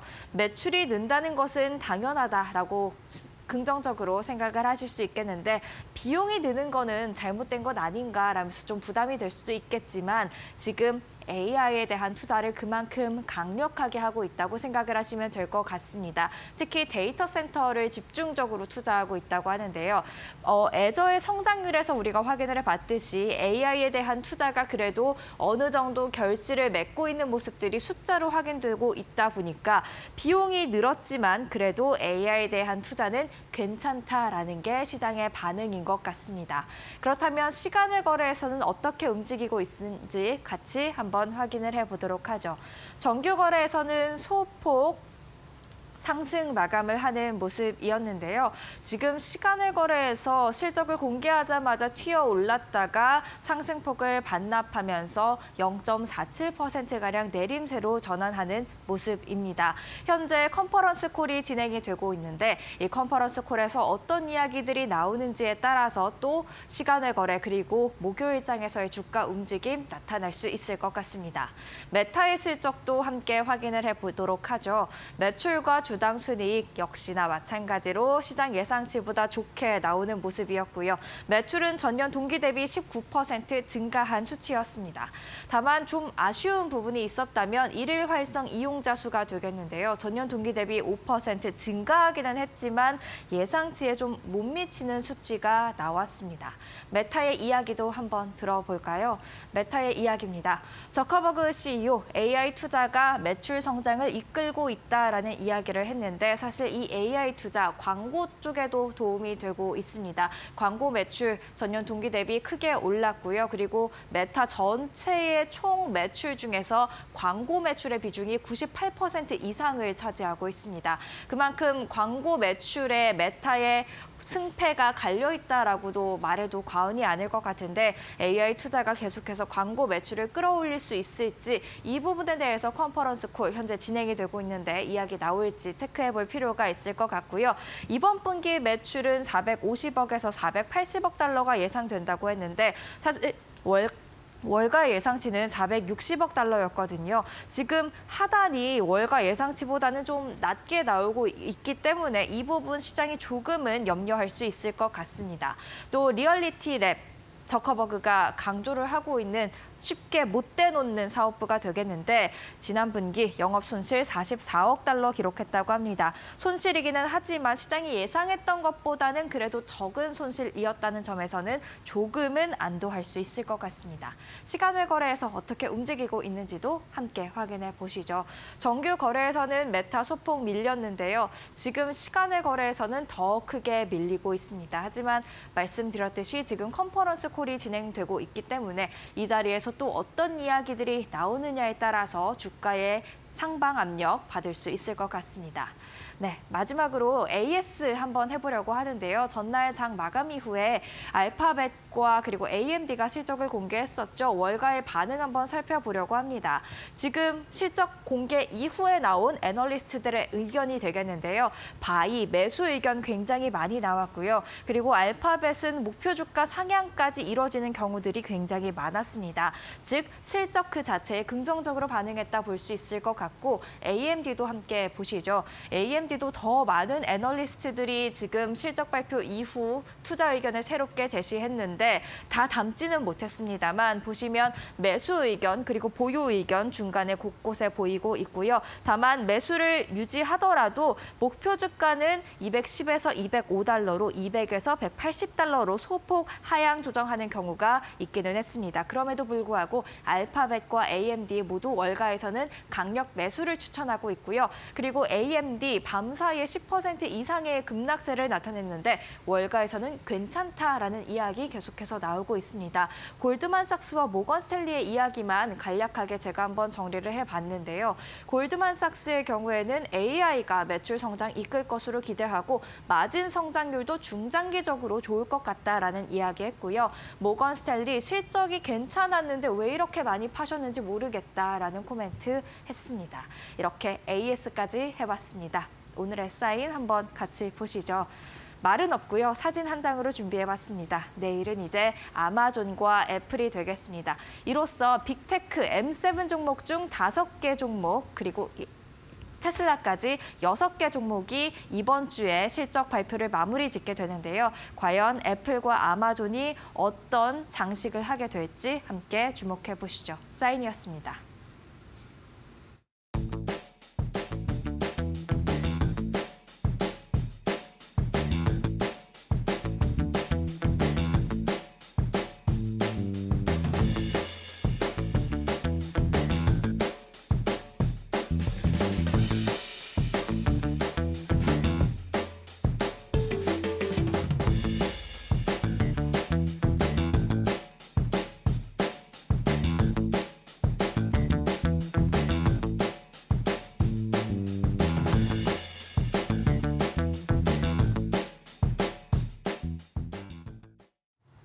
깜빡이가 없이 들어오면 사고가 나기 마련이죠. 어제 국내 증시에서 고려아연의 유상증자 이슈가 그러했습니다. 갑자기 2조 원대가 넘는 유상증자 소식을 전해오면서 고려아연이 하한가 직행을 했고요. 코스피 시가총액 10위권 안까지 이름을 올렸다가 어제는 17위까지 추락하는 모습을 보였습니다. 갑작스러운 변동성에 코스피도 장 후반에 갈수록 낙폭을 계속해서 확대를 해갔고요. 결국 1% 가까운 지수 하락을 보이면서 2,600선 아래까지 내려가는 모습을 보였습니다. 또 여기에 빅테크들의 기업 실적과 미국 대선을 앞두고 외국인들의 셀코리아가 이어지고 있는 상황인데요. 어제 코스피에서도 그리고 코스닥에서도 외국인들의 매도 흐름이 이어지면서 양지수 모두 하락세로 마무리가 됐습니다. 또 여기에 삼성전자도 결국 매도 흐름이 외국인들 쪽에서 나왔고요. 여기에 더해서 2차전지 쪽이나 금융주들도 동방 약세를 보였습니다. 최근 국내 기업들의 실적 발표가 이어지고 있는 가운데 나름 2차전지 안에서도 대장주로 불릴 수 있는 포스코홀딩스의 실적이 굉장히 부진하게 나오면서 2차전지 전반적으로 하락세가 더해지는 모습이 나왔고요. 기관과 외인들의 수급 현황을 함께 확인을 해보시면 되려 기관은 어제 큰 폭의 하락을 보였던 고려아연을 사들이는 모습이 나왔고요. SK하이닉스 실적 발표를 앞두고 외국인들의 매수 흐름은 계속해서 이어지고 있습니다.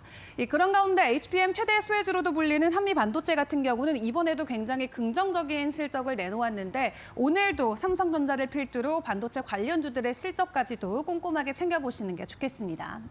자, 그런 가운데 어제 52주 신고가 갔던 종목들도 같이 점검을 해보도록 할 텐데요. 화장품 관련주 안에서도 네이처셀이 이 FDA 승인 소식과 관련된 모멘텀이 지속되면서 어제도 17% 급등 흐름이 나왔고요. 52주 신고가 터치했습니다. 그리고 방산 관련주들 연일 급등하는 모습을 보이고 있죠. 항공우주 같은 경우도 3분기에 긍정적인 순이익 호조 모멘텀이 지속되면서 어제 52주 신고가 함께 들어가는 모습이 나왔는데 그렇다면 섹터와 이슈 단 안에서의 흐름으로 어제 시장도 같이 정리를 해보도록 하겠습니다. 어제 시장 안에서 바이오나 반도체, 2차전지 관련주들 한마디로 주도주들이 쉬어가면서 어제장에서는 테마성의 재료들이 계속해서 시장을 뜨겁게 달구는 하루였는데요. 여러 가지 테마들 안에서의 순환매가 이뤄졌습니다만 이 경영권 분쟁 이슈가 무엇보다도 가장 컸던 하루였습니다. 일단 고려 아연과 관련된 이슈가 지속되고 있는 가운데 소노인터 그리고 이 LCC인 TI항공과 관련된 경영권 이슈도 부각이 되고 있습니다. 어제 소노인터가 자사주로 최대 3천억을 조달한다는 소식이 전해지면서 본격적인 지분 확보 경쟁이 이어진다라고 시장에 받아들였고요. 때문에 예림당이 어제 상한가를 티웨이홀딩스도 22%대 급등 흐름을 보였습니다. 그리고 연일 재건 관련주들에서 상승 흐름이 나오고 있죠. 우크라이나와 관련해서 재건 지원 대표 보내겠다. 이 캐나다 쪽에서 열리는 이 우크라이나 장관급 회의에 윤석열 대통령이 관련해서 우리나라에서도 대표를 보낼 것이다라는 발언을 했고요. 또 트럼프 트레이드도 지속되면서 현대 에버다인과 같은 종목들은 더 큰 폭의 상승 흐름을 보였던 하루였습니다. 그리고 그 전날 구글의 3분기 호실적 우리가 시간에서 함께 확인을 했었죠. 이 클라우드 쪽이 특히 더 좋았다라는 소식이 나오면서 AI 관련해서는 반도체나 다른 쪽보다는 어제 소프트웨어에서 더 큰 폭의 상승이 나왔었습니다. 또 여기에 일론 머스크의 XAI 같은 경우도 추가적으로 투자 유치를 하겠다라는 추진 소식이 전해지면서 관련주들이 두 자릿수 이상의 상승 흐름을 받아갔고요. 또 개별주들 또한 여러 가지 이슈와 함께 추가적인 상승을 만들어냈는데 최근 웹툰이나 게임 쪽에서도 긍정적인 모멘텀이 나오고 있다는 부분은 같이 점검을 해보시면 좋을 것 같습니다. 자, 그럼 우리가 오늘 개장하기 전에 체크해 볼 이슈들과 포인트들도 점검을 해보도록 할 텐데 일단 어제 시간에서 상한가 갔던 종목 두 종목 나왔습니다. 미래산업 같은 경우는 3분기에 긍정적인 실적 서프라이즈와 함께 시간 외에서 변동성을 보였고요. 이글베 같은 경우는 국내에서 조류 인플루엔자 확진 소식이 전해지면서 이 동물 주사제를 운영하고 있는 한마디로 구충제 테마 안에서의 이글벳이 상한가 안착을 했습니다. 동일하게 미국에서도 같은 소식이 간밤 전해졌기 때문에 오늘 구충제 관련주들 테마성 안에서의 움직임이 나올 수 있다는 거 꼭 인지를 해보시면 좋을 것 같고요. 그 외에 또 소식들도 함께 점검을 해보면 지금 체코에서 우리가 어렵게 2년 만에 여러 수주 경쟁을 진행을 하면서 원전 계약을 따냈는데 지금 일단 체코 쪽에서는 계약을 일시적으로 보류를 하겠다라는 입장을 밝혔습니다. 다만 절차적인 조치일 뿐이지 일정 면에서는 변동성이 없다는 소식인데요. 그럼에도 굉장히 어렵게 진행이 됐었던 원전 계약이니만큼 일시 보류라는 단어 하나로 또 원전주들이 오늘 크게 놀랄 수 있다는 것도 점검을 해보시고요. 그리고 방산 관련주들 연일 상승 흐름이 나오고 있습니다만 현재 우리나라 국방부 장관이 미국에 가 있는 상황이죠. 또 새벽에 나왔던 소식으로는 우크라이나에 직접 우리나라의 참관단을 보내는 것은 군의 당연한 임무이기 때문에 할 것이다라고 이야기를 했고요. 다만 파병까지는 고려하고 있지 않다라는 멘트도 함께 나왔습니다. 그런 가운데 유럽 쪽의 외교 수장도 다음 주면은 한국에 방문을 해서 북한과 관련된 파병 논의 진행을 한다라고 하는데 방산 쪽의 이슈가 계속해서 전해지고 있는 만큼 단기적으로 변동성이 계속 나올 수 있다라는 것도 지켜보시는 게 중요할 것 같습니다. 그리고 10월 들어서 우리가 가장 기다렸던 모멘텀이 이제 위고비 출시였는데 국내에서도 없어서 못 판다라는 타이틀을 받고 있죠. 하지만 현재 여러 가지 부작용들이 현실화가 되면서 우려감도 크게 나오고 있습니다. 미국에서 위고비 치료제로 인해서 첫 사망 환자가 나온 건데요. 급성 췌장염으로 사망을 한 것으로 보여지고 있고 70대 남성이었다고 합니다. 이 위고비 같은 경우는 고도 비만 환자들에게만 처방이 되어져야 되는데 국내에서는 미용 목적으로 처방받으려는 환자의 수가 월등히 많다 보니까 이러한 우려감들이 오늘 국내 증시에서 비만 치료제들에게는 어떻게 작용이 될지도 꼭 체크를 해보시죠. 자, 그리고 실적 관련된 부분도 바로 점검을 해보도록 하겠습니다. 오늘 국내 증시 가장 큰 실적은 당연히 삼성전자의 실적이 되겠죠. 미리 확인해봤던 잠정치, 사실 영업이익이 예상했던 것보다도 좀 부진하게 나오면서 당시 삼성전자 임원진들의 이례적인 사과문까지 발표가 되기도 했습니다. 그 이후로 주식의 주가는 계속해서 떨어지면서 지금 삼성전자 주주의 97%가 손실을 보고 있다라고 하고요. 그들의 평균 수익률은 마이너스 20%로 집계가 되고 있습니다. 이렇게 부정적인 이슈들이 전해지고 있는 가운데 이 DS 부분의 실적이 가장 중요한 포인트로 떠오르고 있는데 결과적으로는 부진할 수밖에 없다라는 현재 실적이 미리 예상이 되고 있죠. 크게 세 가지 원인으로 놓고 판단을 해볼 수가 있을 것 같은데요. 이 임직원들의 성과급이 1조 원 가까이 됐다라는 거, 이번에 일회성 자금으로 영업이익에 반영이 될 수밖에 없고요. 그리고 재고 관련 손실도 발생을 했고, 그리고 최근에 PC나 스마트폰 쪽에 수요 둔화가 있었기 때문에 가동률도 저하되고 있는 상황이 DS 부분 실적에 부진한 요인으로 현재 꼽히고 있습니다. 그렇기 때문에 우리가 이번 실적이 발표가 될 때 특히 컨퍼런스 콜에서 체크해야 될 부분들이 있는데요. 일단은 이 HBM3E와 관련된 전략들, 앞으로의 AI와 관련된 대응 방안은 어떻게 가져갈 것인지를 가장 중요하게 보셔야 될 것 같고, 키움증권에서는 사업 부문별로 실적이 나오게 될 텐데 이 안에서의 반전 실마리를 찾아보자라고 이야기를 했습니다. 그렇다면 이 실적 발표 이후에 우린 앞으로 삼성전자 어떤 모멘텀을 보고 투자를 해야 될까요? 일단 첫 번째로 주가적인 측면만 놓고 봤을 때 나름의 긍정 모멘텀이 될 수 있는 거는 현재 삼성전자의 PBR이 굉장히 낮은 수준까지 내려와 있다는 게 될 것 같습니다. 과거에도 PBR이 한 배까지 내려오면은 그 당시가 늘 최저가였고 그 이후로는 가격 급등이 나왔다라고 하는데 과연 과거적인 데이터 그 사이클이 이번에도 통할 수 있을지 함께 지켜보시고요.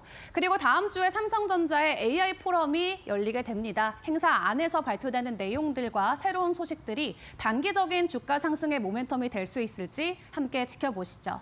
그리고 시간의 거래에서 발표됐던 미국의 빅테크 기업들의 실적도 짧게 확인을 해보도록 할 텐데요. 그 어떤 것보다도 가장 중요한 건 AI 쪽의 실적이 되겠습니다. 마이크로소프트와 메타 모두 시장의 기대치를 웃도는 실적을 보여줬는데 마이크로소프트 CEO도 AI와 관련된 코멘트를 직접적으로 남긴 바뀌면서 산업 전반적인 전체적인 흐름을 변화시키고 있다라고 이야기를 했고요. 메타 같은 경우도 이제 AI 검색 엔진을 직접 개발한다는 소식 가지고 왔었죠. 이를 놓고 월가에서도 앞으로 메타가 AI와 검색 엔진을 놓고 엄청난 경쟁자로 등극할 수 있을 것이다라고 긍정적으로 풀이하고 있습니다. 개별 사업별로의 이 매출액은 다 모두 다른 모습을 보여주곤 있지만 AI 쪽과 관련해서는 이 M7, 특히 빅테크 기업들의 수요가 확실히 있다라는 거 어제와 오늘 통해서 계속해서 확인이 가능했습니다. 그럼 마지막으로 오늘의 일정까지 간략하게 정리를 해보도록 할 텐데요. 오늘도 여러 기업들의 실적 발표 이어집니다. 앞서 함께 확인해봤던 삼성전자를 필두로 네이버나 에코프로 등 대기업들의 실적 발표가 이어지고요. 오늘 미국 시장에서는 애플과 아마존, 인텔의 실적도 발표가 됩니다. 이 부분 꼭 주목을 해보시면 좋겠고요. 그리고 오늘 국내에서 성유, 2차 전지 부품주죠. 신규 상장 준비를 하고 있습니다. 빅테크들은 긍정적인 실적을 발표를 하고 있지만 오늘 발표되는 삼성전자의 실적이 다소 우려된다라는 부분, 국내 증시에는 약간의 부담이 될 수는 있겠는데요. 오늘 개장 상황의 분위기는 어떠할지 계속해서 이데일리 TV와 함께도 점검해 보시면 좋을 것 같습니다.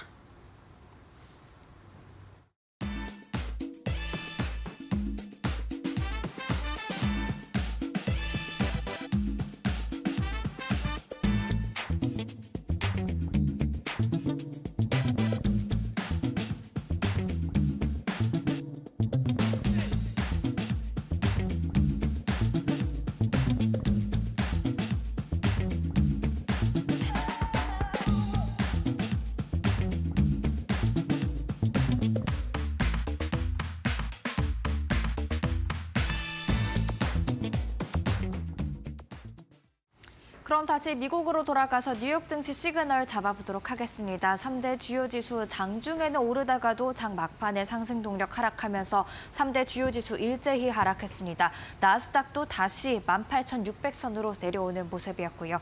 빅테크 보시면 아시겠지만 하락하는 종목들도 꽤 나왔습니다. 애플과 엔비디아 1%대 하락 기록했고 테슬라도 장중에 오르다가 장 막판에 또 하락하면서 3개월 연일 하락세 이어가고 있습니다. 물론 오른 종목도 있는데요. 잠시 후 히트맵을 통해서 확인해 보시고요. 국제 유가, 미국의 원유 재고가 예상 밖 좀 크게 감소를 하면서 WTI 기준 1.68% 상승을 했고요. 금값 상승세 계속되고 있습니다. 그리고 이날 주요 지표 두 가지가 나왔습니다. GDP 나왔고요. 그리고 고용 지표 나왔는데 이 부분 잠시 후에 살펴보도록 하고요. 시장 이야기 한 가지 하면 골드만삭스 S&P 500 지수의 옵션 시장을 보니까 대선 당일 좀 변동성이 예상된다라는 코멘트 했습니다. 같이 확인해 보도록 하겠습니다. 히트맵을 통해서 수요일장 분위기 한번 보시죠. 빅테크 엇갈리는 모습들 나타냈죠. 구글은 전날 장 마감 이후에 호실적 기록한 이후 시간의 거래에서도 오르더니 정규 거래에서도 3% 가까운 상승세를 보였습니다. 하지만 같이 실적을 공개했던 AMD 4분기 실적 전망치 하향 조정하면서 시간의 거래에서도 크게 하락을 했었는데요. 결국 정규 거래에서도 미끄러졌습니다. 10%대 하락률 기록했고요. AMD의 하락 여파인지 반도체주 전반이 다 하락하는 모습들 히트맵을 통해서도 확인을 해볼 수가 있었습니다. 그리고 수요일장 마감 후에 마이크로소프트와 메타의 실적이 공개됐죠. 마이크로소프트 시장 예상보다 좋은 매출과 주당 순이익 공개했고요. 그리고 인텔리전트 클라우드 사업부 안에 애저가 포함되어 있죠. 이 사업부도 예상치보다 좋은 매출 공개했습니다. 애저의 성장률도 33%로 긍정적인 기록을 하면서 AI가 계속해서 마이크로소프트의 매출을 끌고 가고 있다는 것을 확인을 할 수가 있었죠. 그런데 시간외 거래에서는 지금 조금 다른 움직임이 포착이 되고 있습니다. 실적 나쁘지 않았지만 지금 실적 공개 이후 올랐던 상승분 모두 다 반납하면서 3%대의 하락률 나타내고 있거든요. 컨퍼런스 콜에서 나온 이야기들 때문인 것 같은데 이 부분 또 내일 잘 정리해서 전달해 드리도록 하겠습니다. 메타의 실적도 한번 같이 살펴보도록 하겠습니다. 매출과 주당 순이익 모두 예상치보다 좋게 나왔는데요. 좀 부담이 되는 부분이 있었다면 일일 활성 이용자 수가 되겠습니다. 전년 동기 대비 5% 증가하기는 했지만 시장 예상치를 하회하는 모습들이 나왔죠. 과연 시간외 거래에서는 어떤 움직임 나타내고 있을까요? 함께 보시죠. 정규 거래에서도 0.25% 하락했는데 시간외 거래에서도 2%대의 하락률을 기록하고 있습니다. 마찬가지로 컨퍼런스 콜에서 어떤 이야기들이 나오느냐에 따라서 또 목요일장에서의 분위기 결정될 것으로 보여집니다. 그 부분도 계속해서 같이 확인해 보도록 하겠습니다. 그렇다면 계속해서 이날 발표됐던 지표들도 두 가지 체크해 보겠습니다. 3분기 미국 성장률이 2.8%로 나왔습니다. 전분기 3% 그리고 예상치였던 3.1%보다는 좀 아쉽게 나왔지만 그래도 괜찮다라는 이야기가 있는데요. 견조하지만 그렇다고 너무 좋지도 않은 성장률이 현재의 상황에 딱 들어맞는다라는 겁니다. 또 연준의 통화정책 완화에 기대는 것보다 강한 경제와 양호한 실적을 시장이 받쳐주는 것을 훨씬 더 좋아한다라는 이야기인데요. 예상치보다 낮은 2.8이라는 숫자지만 그럼에도 불구하고 골디락스를 만들어내기에는 충분한 숫자였다라는 평가가 나오고 있고요. ADP 민간 고용 보고서도 같이 확인해 보겠습니다. 10월 고용이 23만 3천 건으로 기록이 되면서 시장 예상치의 2배 이상의 그런 증가폭을 나타냈습니다. 지금 제조업에서만 19,000명이 감소했지 다른 섹터에서는 다 함께 지금 고용자 수가 늘어났다라는 것을 확인을 할 수가 있었고요. ADP 수석 경제학자 10월 고용 강했다, 고용 강했고 그 범위도 넓다라고 이야기를 했죠. 사실 고용이 강한 것을 우리가 조금은 좀 주저하고 두려워하는 이유, 과연 강한 고용이 다시금 임금 상승으로 이어져서 인플레이션을 자극하진 않을지 이 부분인데요. 그래서 한번 살펴봤습니다. 연봉 인상률 중앙값이 되겠는데요. 이직을 한 경우, 이직을 안 한 경우 모두 9월 대비 하락하는 모습들이었고요. 전체적인 그림에서 보면 계속해서 하락 추세를 나타내고 있습니다. 그러니까 강한 고용이 또 인플레이션을 자극하지 않을까 하는 우려는 조금 내려두셔도 될 것 같다라는 생각을 해봅니다. 그렇다면 계속해서 확인을 해볼까요? 변동성 몰려온다라는 이야기로 마무리 지으려고 합니다. 앞서서 설명해 드렸듯이 S&P 500의 옵션 시장을 보니까요. 대선 당일 플러스 마이너스 2.1%의 변동성을 반영하고 있다고 합니다. 특히 상위 25개의 매크로 ETF는 당일 더 큰 5.3% 플러스 마이너스 변동성을 보일 것으로 예상이 되는데 지난 두 번의 대선에서는 최대폭이 2.8%였다는 점을 감안하면 지금 굉장히 큰 변동성이 예상된다라는 것을 알 수가 있겠는데요. 특히 어떤 ETF들의 변동성이 클까 보니까요. 지금 중국 관련되어 있는 그런 ETF들 변동성이 클 것으로 예상이 되고 있고요. 지역은행, 비트코인도 변동성이 큰 ETF 중 하나일 것으로 예상이 되고 있습니다. 모두 다 정책 관련해서 좀 움직일 수 있는 ETF들입니다. 참고하시면 좋을 것 같습니다. 그러면 오늘의 시그널도 정리를 해보겠습니다. 일단 주요 이벤트를 앞두고 장중에 오르다가도 하락하는 이런 경계감 이어지고 있습니다. 또 AMD 가이던스 부진의 영향으로 반도체주 전반적으로 하락했는데 국내 증시 반도체주 어떤 영향을 줄지 체크해 보셔야겠고요. 예상 밖의 부진했던 일라이릴리의 비만 치료제 매출이 일라이릴리의 주가를 끌어내렸는데 국내 제약업체 중에도 비만 치료제에 지금 나서 있는 그런 기업들 많죠. 지금 기대치가 굉장히 높기 때문에 웬만한 매출과 순이익으로는 기대치를 충족 못 시킨다라는 점에서 관련해서 한번 보시면 좋을 것 같습니다. 그리고 미국 경제 양호한 그런 경제 지표 공개가 됐습니다. 강달러가 유지되고 있다는 점 국내 증시 대응하실 때 참고하시면 좋을 것 같습니다. 이렇게 뉴욕 증시에서 나온 시그널들까지 함께 확인해 봤습니다.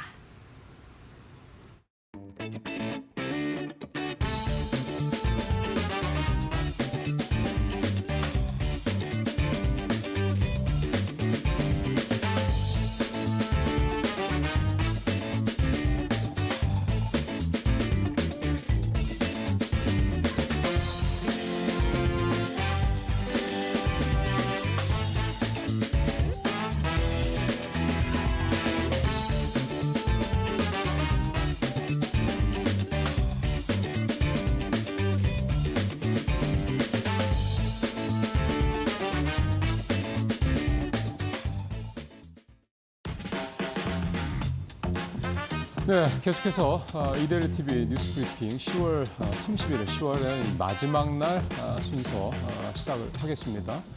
자, 자, 오늘 이데일리 톱 기사, 이데일리 신문 톱 기사는 남매 회장 시대 개막을 했다. 신세계 이마트 분리 선언했다는 얘기입니다. 왼쪽이 이제 정용진 이마트 이제 회장, 이미 회장 승진을 했죠, 작년에. 오른쪽이 이제 정용진 회장보다는 언론 노출이 좀 상대적으로 훨씬 적기 때문에 아마 이제 좀 낯선 모습일 수도 있는데, 이 정유경 회장, 이번에 이제 어제 회장 승진을 했습니다. 이제 이명희 총괄 회장의 둘째죠, 딸이고. 지금 이제 이렇게 되면 신세계그룹은 이제 여러분들 잘 아시는 뭐 대표적인 국내 유통 그룹인데, 정용진 회장의 이마트와 정유경 이제 회장의 신세계 백화점 부문, 이렇게 크게 두 개로 나눠서 이제 앞으로 간다. 각자 도생이라는 얘기도 충분히 좀 해볼 법합니다. 왜냐하면 두 남매의 이 사업 커버리지가, 분야가 결국 다 유통 쪽이기 때문입니다. 물론 지금은 뭐 대형마트라든가 이런 쪽 하고 이제 백화점 쪽, 그러니까 약간 좀 하이엔드 쪽이라 좀 차이가 있긴 합니다만, 유통가라는 게 뭐 알 수 없죠. 또 잘 아시는 것처럼 지금 이커머스 시장이 이제 온라인, 오프라인 시장을 이제 넘어서서 이미 절반 이상 추월한 상태이기 때문에 향후에도 이커머스 시장이 더욱더 우위에 있을 것이다라는 전망이 지배적이고요. 그런 등으로 봤을 때는 결국 이제 오프라인 중심의 이 두 유통 분야도 결국 이제 나중에는, 지금이야 이제 약간 분리돼 있지만 나중에는 또 이 남매 간에 같은 시장에서 경쟁을 할 수 그런 때도 올 수 있다, 이렇게 좀 해석을 해볼 수도 있겠습니다. 신세계그룹의 계열 분리는 사실은 뭐 이미 충분히 예고가 되어 있던 바고요. 이미 차근차근 진행이 돼 왔습니다. 그동안에 이제 정용진 회장이 좀 뭐 오빠이면서 나이가 좀 더 있기 때문에 좀 더 앞서 나가고 있었습니다. 이제는 이제 둘이 이제 같은 선상에 있다, 이렇게 봐야 될 것 같고요. 남매 간에 이미 주식 교환도 했고, 이명희 총괄회장의 지분 증여 등을 통해서 현재 이마트 지분은 정용진 회장이 18.56%, 그다음에 신세계 지분은 정유경 회장이 18.56%, 똑같이 갖고 있습니다. 남은 지분이 10% 정도인데 이명희 총괄회장이 이 지분도 결국은 두 남매에게 이제 균등하게 분할할 가능성이 높다. 시장에서 좀 예상대로 좀 신세계그룹의 분할은 가고 있다, 이렇게 볼 수가 있겠습니다. 결국은 이제 누가 이제 좀 더 좋은 성적을 낼 것이냐, 이제 이런 부분이 되겠죠. 그러니까 두 남매 간에 뭐 경쟁을 하고 싶지 않아도 시장에서는 경쟁 구도로 볼 수밖에 없는 거고요. 지금까지 성적은 이마트 쪽이 지난해 적자를 내는 등 좀 부진하다고 봐야 되겠고, 백화점 쪽은 작년까지 그다음에 좋습니다. 근데 백화점 같은 경우도 이제 면세점 부분이 부진하다는 그런 과제가 좀 있는 상황이고요. 이마트나 이 신세계 이 백화점 이쪽 두 이제 부분이 앞으로 이제 어떻게 남매 간의 선의의 경쟁을 벌치면서 성장을 계속해 나갈지, 지금 이커머스가 계속해서 확장되고 있는 상황에서 오프라인 시장에 이런 상당히 좀 쉽지 않은 이런 입지를 어떻게 확장해 나갈지, 그러니까 이때면 이제 이명희 총괄회장이 만들어 놓은 이 시장에서 앞으로 이제 어머니를 넘어서는 이런 모습을 어떻게 두 남매 중에 누가 더 먼저 보여줄지 기대와 우려가 함께 공존하고 있는 그런 모습입니다. 예, 외국계 헤지펀드 거버넌스 포럼 줄가입, 밸류 목소리 커진다. 거버넌스 포럼이라는 거는 이제 학계, 그다음에 전현직 자본시장의 관계자들이 모여서 만든 비영리 기관인데요. 국내 기업들의 지배구조 개선, 그다음에 이 상장사들의 밸류업을 계획들을 평가하는 어떤 그런 작업들을 좀 하고 있습니다. 저희 이데일리에서도 계속 일주일에 한 번 정도씩 마켓나우 2부에서 밸류업 관계자분들이 출연을 해서 밸류업 관련된 다양한 어떤 비전들을, 그다음에 해야 될 개선점들을 제시하고 있는데요. 외국계 헤지펀드들이 거버넌스 포럼에 계속해서 가입을 하고 있는 사례, 이 제목에서 나와 있는 것처럼 최근에 가입한 데들을 보면 미국계 테톤 캐피탈, 그다음에 영국계 펠리서 캐피탈, 이곳들이 최근에 좀 가입을 했고, 올 4월에 홍콩계 헤지펀드인 오아시스가 외국계 사모펀드로서는 처음으로 이 한국 기업 거버넌스 포럼에 가입을 했습니다. 결국 이제 중요한 거는 이들이 가입한 이유가 되겠죠. 두 가지로 해석이 좀 됩니다. 첫 번째는 일단은 국내에서 시작이 된 밸류업 프로그램에 외국계 사모펀드들의 관심이 점점점 커지고 있다가 될 것 같고, 두 번째는 결국 이들이 들어와서 어떤 역할을 할 것이냐라는 부분이겠죠. 일테면 좀 과도한 어떤 그런 뭐 주주 환원 정책, 또 과도한 어떤 그런 주주 제한 이런 것들을 통해서 뭔가 우리 기업들을 압박하는 소위 말하는 행동주의 펀드 같은 그런 역할을 할 것이냐라는 부분에 대한 우려도 좀 있는 게 사실이고요.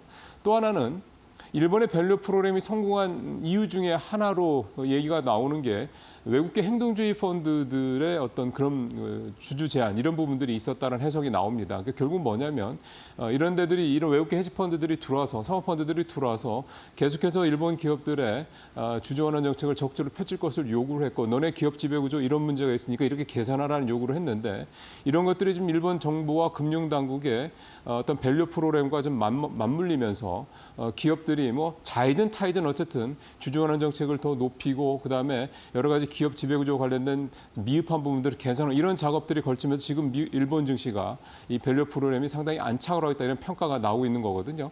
그렇다면 이제 이런 외국계 헤지 펀드, 사모펀드들이 거버넌스 포럼에 이제 들어오고 또 국내 밸류 프로그램에 많은 관심을 보이면서 일본과 같은 소위 말하는 이제 매기 역할을 할 수 있지 않겠냐. 우리나라 기업들의 밸류업을 끌어올릴 수 있는 이런 촉매제 역할을 할 수 있을 것이냐 이런 부분에 대한 이제 기대감이 좀 있는 겁니다.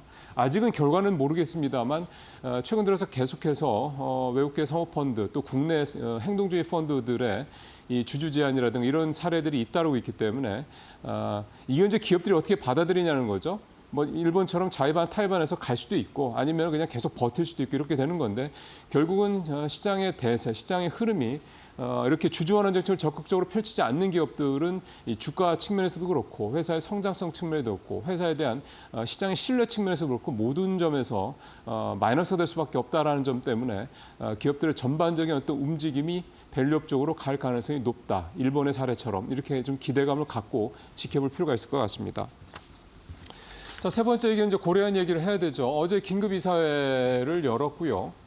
원래는 뭐 이를테면 그 우리 사주 1.4%의 이 자사주 이 부분을 이제 우리 사주 조합에 넘기는 부분 이런 부분들을 결정하지 않겠느냐. 또 하나는 MBK 연합 측에서 제안한 이 임시 주총 요청을 이제 받아들일 거냐, 뭐 거부할 거냐 이런 부분들의 얘기가 논의될 거로 예상을 했었는데 긴급 이사회 결과가 어제 오전에 한 11시쯤인가요? 그때쯤 나왔는데 내용은 2.5조, 2조 5천억 원의 유상증자를 한다라는 내용이 나왔습니다. 어제 뭐 잘 아시는 것처럼 고려한 주가 하한가까지 추락을 했고 그 전날 150만 원을 찍었기 때문에 불과 하루 만에 지금 표에서 보시는 것처럼 42만 원이나 이제 추락을 하는 그런 모습이 좀 나타났죠.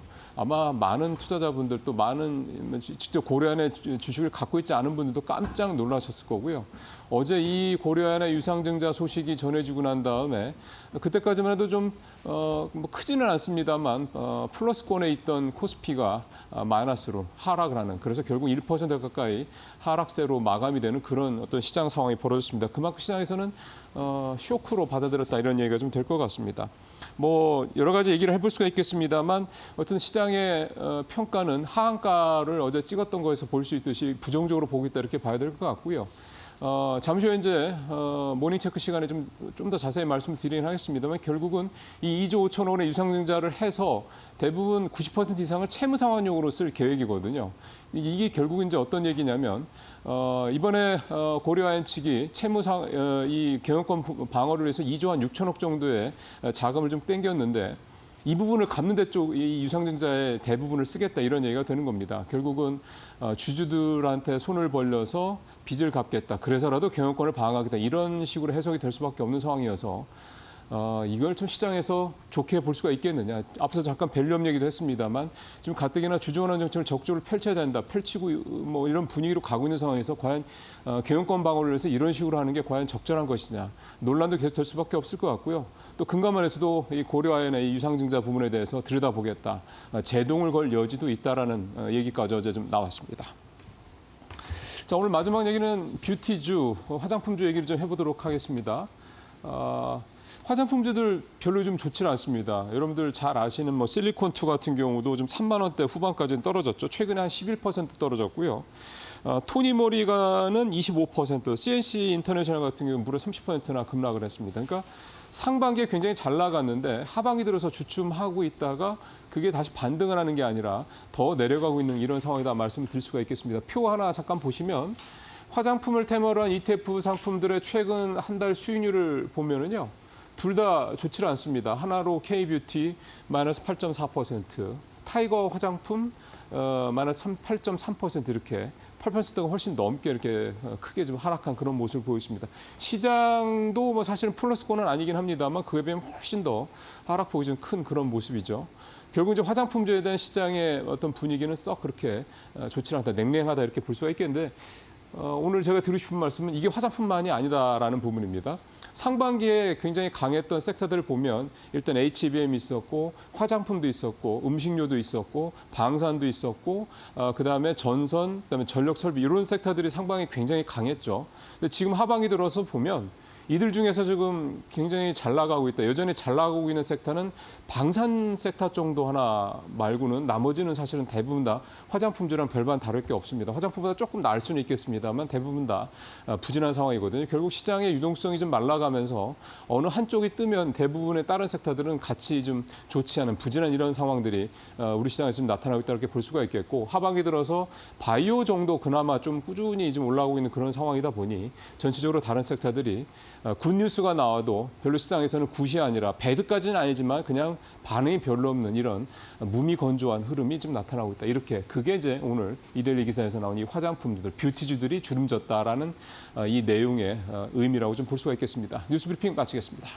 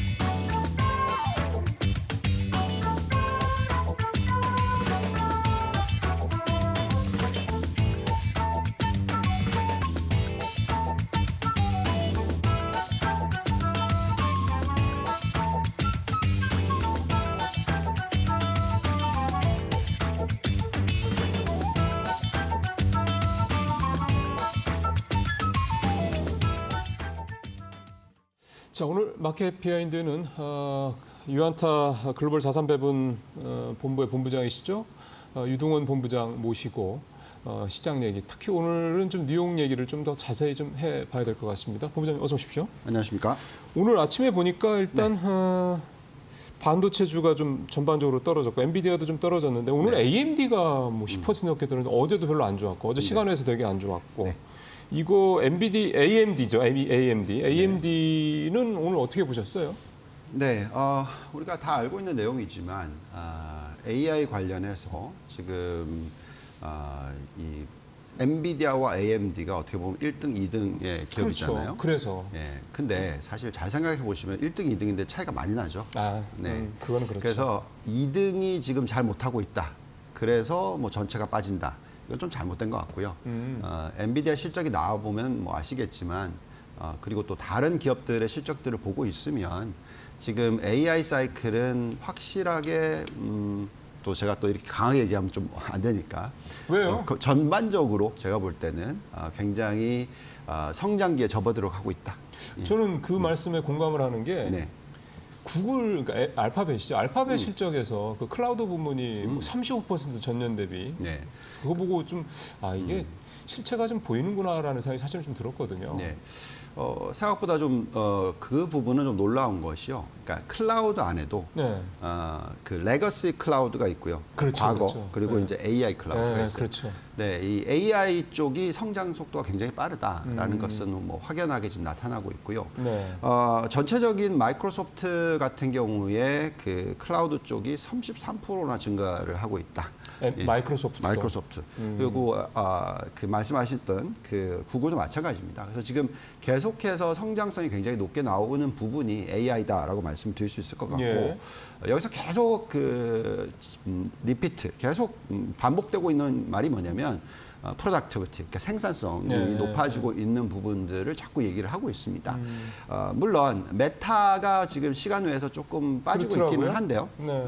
이게 뭐 실적이 나쁘다 이게 아니고요. 굉장히 좋은데 여기에 이제 마진이 좀 축소될 수 있을 가능성, 즉 적극적으로 투자를 더 많이 늘릴 수도 있다.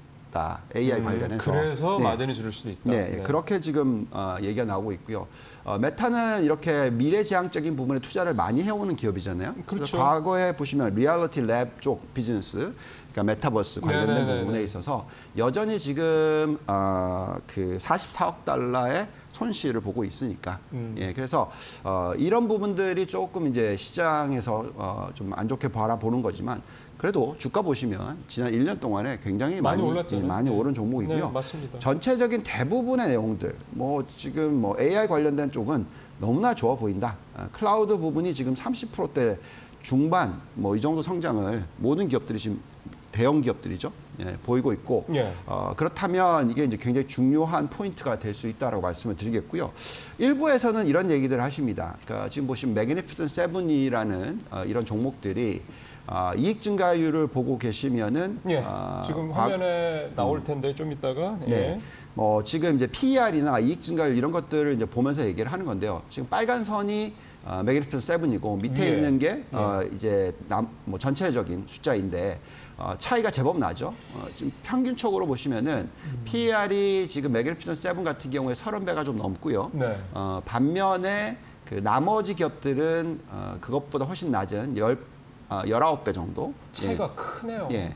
근데 그것을 계산했었을 때 약 1.5배 차이입니다. 1.5배 정도. 네, 잘 생각해 보시면 이익 증가율이 지금 이제 좀 다음을 넘겨주시면은 네. 이익 증가율이 지금 이제 좀 보시면 좀 줄어들고 있는 부분이 있어요.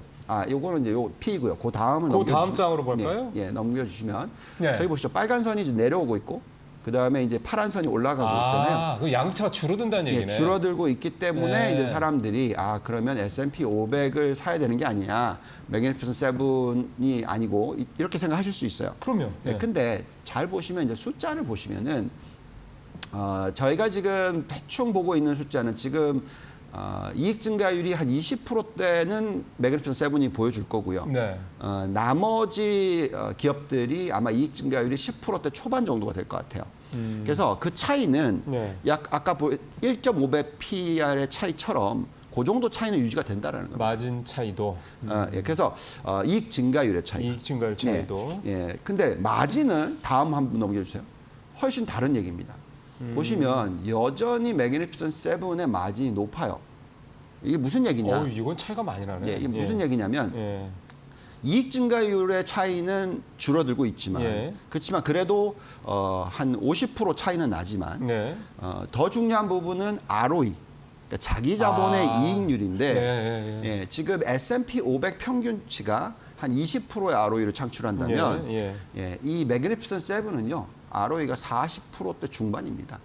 두 배가 두 배가 넘어요. 넘네. 예. 그렇기 때문에 뭐 제가 생각하는 거는 이제 매그니피센트 세븐만 사면 안 되겠지만 그래도 여전히 매그니피센트 세븐이 전체 시가총액에 차지하는 비중이 거의 뭐 제가 기억하기로 30%대거든요. 네. 그 정도는 비중을 실어두고 가셔야 된다는 거죠. 그러니까 ROE가 2배가 넘는다는 얘기는 결국은 매그니피센트 세븐 종목들이 주가 관련돼서는 조금 더 관리도 물론 잘할 뿐더러 주가가 계속해서 올라갈 수 있다. 올라갈 여지가 높다 이렇게 해석을 해야 되는 거니까 네.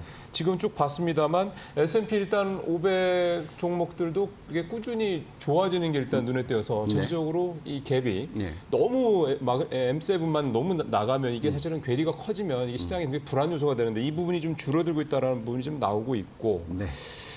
그리고 그러면서도 불구하고 M7 쪽은 여전히 괜찮다. 네. 참 대단하네요. 대단하죠. 이렇게 간단하는 게. 그러니까 지금 이렇게 되니까 사실은 많은 투자자분들, 그러니까 M7을 갖고 계신 분들도 많으시고 우리 서학개미분 중에 또 그렇죠. 갖고 계시지 않은 분들도 계신데 그분들의 공통적인 생각은 이거 같아요. 저렇게 나스닥 예를 들어서 M7이 대표적으로 나스닥이니까 나스닥이 저렇게 계속 가면 갖고 있는 분들은 갖고 있지만 이거 좀 해야 되지 않나, 좀 이렇게 조금 이제 그 소위 말하는 익절을 해야 되지 않나, 이런 불안감이 좀 있으실 거고, 안 갖고 계신 분들은 저렇게 계속 올라갈 수가 있을까, 나는 언제쯤 들어갈지 이런 생각들을 하실 것 같아서 네. 이게 약간 뭐 고평가에 대한 부담이 좀 늘 있는 거잖아요. 네. 그 질문은요, 제가 5년 전에도 받았고요. 맞아요. 예, 4년 전에도 받았고, 3년 전에도 받았고, 얼마 전에도 받고, 계속 똑같은 현상이 맞습니다. 되고 있는데요. 자꾸 그 안 살 이유를 가지고 있으시니까 늦게 들어가게 되는 겁니다. 똑같았어요. 이번에 대선 되기 전에 한 달 전에도 똑같은 얘기들을 하셨죠. 대선 되기 전에는 불확실성이 크니까 대선 끝나고 들어가자. 예, 그거 실패죠. 그 전략이 잘못됐죠. 예, 지금 대선 전에 많이 오르고 있거든요. 맞아요. 예, 예. 수익률이 뭐 10%, 20%씩 들어온단 말이죠. 그래서 지금 이제 나스닥을 보면서 얘기를 좀 해볼게요. 네. 나스닥 차트 한번 보시면은 제가 올해 연초에 S&P 500을 얘기하면서 컵 핸들 차트 얘기를 했었어요. 그러니까 무슨 얘기냐? 2021년 말 2022년 초에 네. 고점 대비해서 빠졌다가 다시 되돌리면서 그 고점을 돌파를 하는 시기. 네, 네. 예, 그게 어떻게 보면 이제 대세 상승의 시작입니다. 그렇죠. 예. 정고점을 돌파하는 거니까. 그래서 그게 S&P 500 기준으로는 언제였냐면 올해 1월이었어요. 예. 그래서 그때부터 시작해서 지금 지수가 20% 상승했습니다. 예. S&P 500이. 예. 나스닥은 보시면 저기 차트에 나와 있지만 언제 돌파를 했죠? 보시면은 거의 3월이나 4월에 돌파를 했어요. 그리고 또 다시 한번 빠졌다가 지금 다시 올라가기 시작했죠. 그러니까 저기 지금 컵 핸들 차트라고 라인을 네. 수평으로 그은 그 부분이 네. 1차 정고점 돌파였고, 그렇죠. 잠깐 쉬었다가 또 그쵸? 올라갔고. 예, 그래서 그거를 완전히 돌파하고 뚫고 올라가기 시작한 거는 올해 5월입니다. 그죠? 그러네. 예. 이게 좀 늦었어요. S&P 500보다도. 그래서 지금 현재의 숫자를 보고 있으면은 나스닥이 좀 덜 올랐다라고 보시는 게 맞습니다. 아, 그렇게 해서. 네. 그래서 지금 이제야 그 나스닥이 또 7월, 8월에 고점을 뚫고 올라가고 있단 말이죠. 그렇죠. 지금 그러네요. 네. 예. 그래서 제가 볼 때는 나스닥이 어느 정도까지 올라갈지가 참 기대가 된다. 그러니까 지금 보시면은 그 지금 그 고점을 돌파하고 15.5% 정도 오른 상황이란 말이죠. 예. 그러니까 S&P 500은 그걸 돌파하고 나서 지금 20%나 상승했단 20% 말이죠. 올랐고. 예. 그렇기 때문에 결국 우리가 봐야 되는 건 밸류에이션입니다. 그렇죠. 예. 그래서 밸류에이션 한번 보면서 말씀을 드려보면 자, 이렇습니다. 나스닥이 지금 밸류에이션을 보시면은 PER이 28배예요. 네. 근데 이제 S&P 500이 얼마냐면은 22배입니다. 그러니까 프리미엄이 있긴 해요. 그렇죠. 좀 비싸죠. 예. 8배, 그쵸. 28배, 20배니까. 그렇죠. 22배. 22배. 28배, 22배. 예, 22배. 근데 네. 중요한 거는 네. 이익 증가율을 보시면 지금 현재 올해가 21%고요. 네. 이익 증가율이. 그리고 내년이 18%입니다.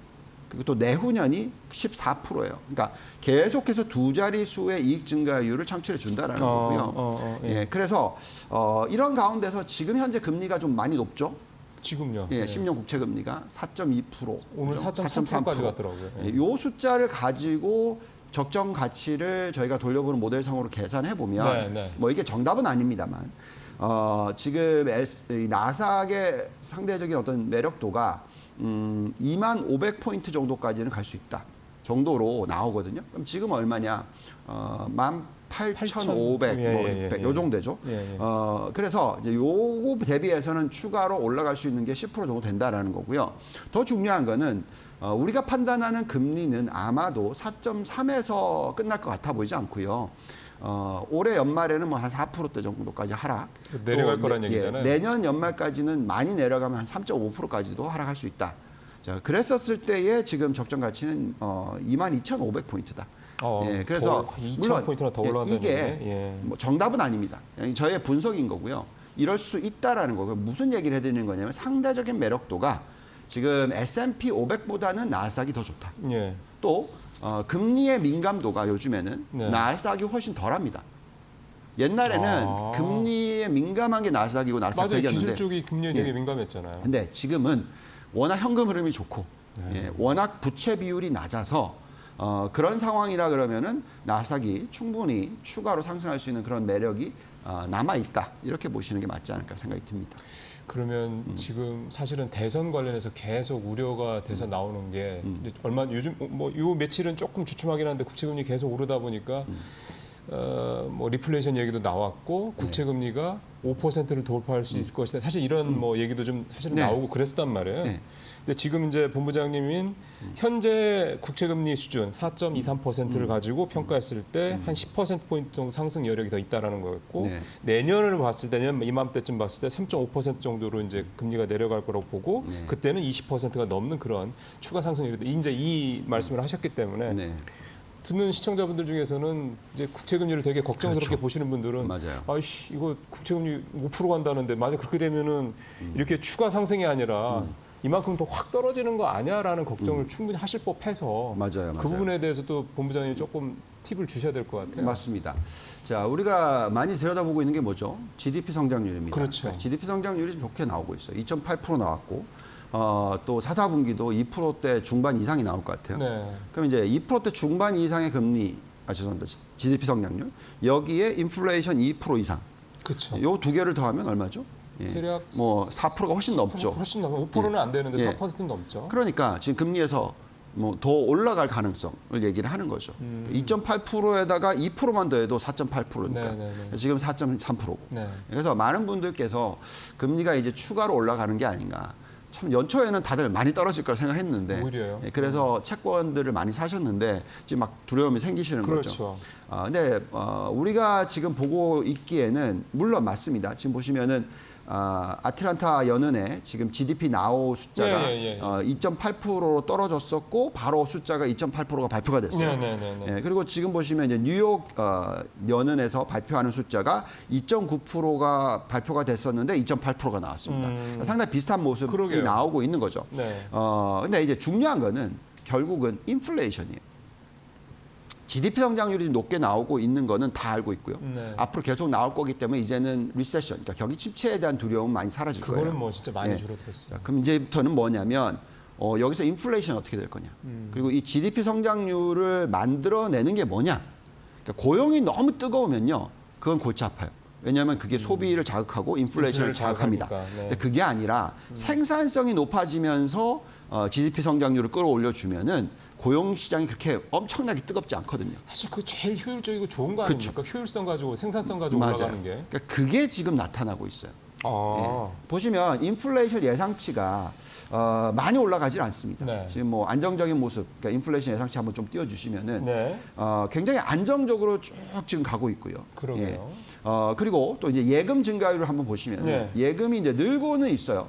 그렇지만 놀라운 숫자는 아니에요. 그러니까 네. 뭐 2%대, 3%대 이 정도로 그 늘고 정도는 있고요. 뭐 일반적인 여기에서 수니까. 금리를 네. 떨어뜨려 주면 네. 좀 더 올라가겠죠. 올라가겠죠. 그렇지만 그래도 5% 정도. 네. 이 정도고요. 또 여신 증가율로 넘어가 볼까요? 여신 증가율도 3.8%. 그러니까 여신 증가율이라는 거는 이제 대출이 또 늘어나는- 대출을 한다는 얘기잖아요. 예, 대출이 엄청나게 늘어서 막 10%씩 증가를 하면 이건 굉장히 이제 그 인플레이션 자극할 수 있는 거죠. 과열권이라는 얘기니까. 근데 그게 아니라 뭐 한 이 정도 3.8 그리고 예. 뭐 한 5%까지 뭐 예. 이렇게 좀 올라가는 모습이다.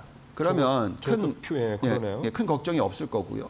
이런 가정 아래에서 그러니까 예대율이라는 게 있는데 예대율도 보시면 한번 숫자 띄워주시면은 네, 나옵니다. 과거에 보시면 급격하게 올라가는 때가 있죠. 근데 지금 보시면 어떻게 올라가고 있죠? 아주 옆으로 천천히 올라가고 있죠. 네. 이거는 과열적으로 자극하면서 인플레이션을 막 자극하면서 대출이 늘어나는 게 아니에요.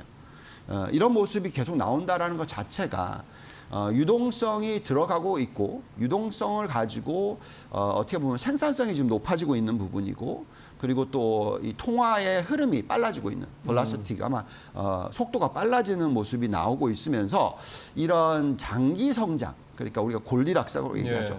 이런 모습이 나올 확률이 점점 커지고 있는 겁니다.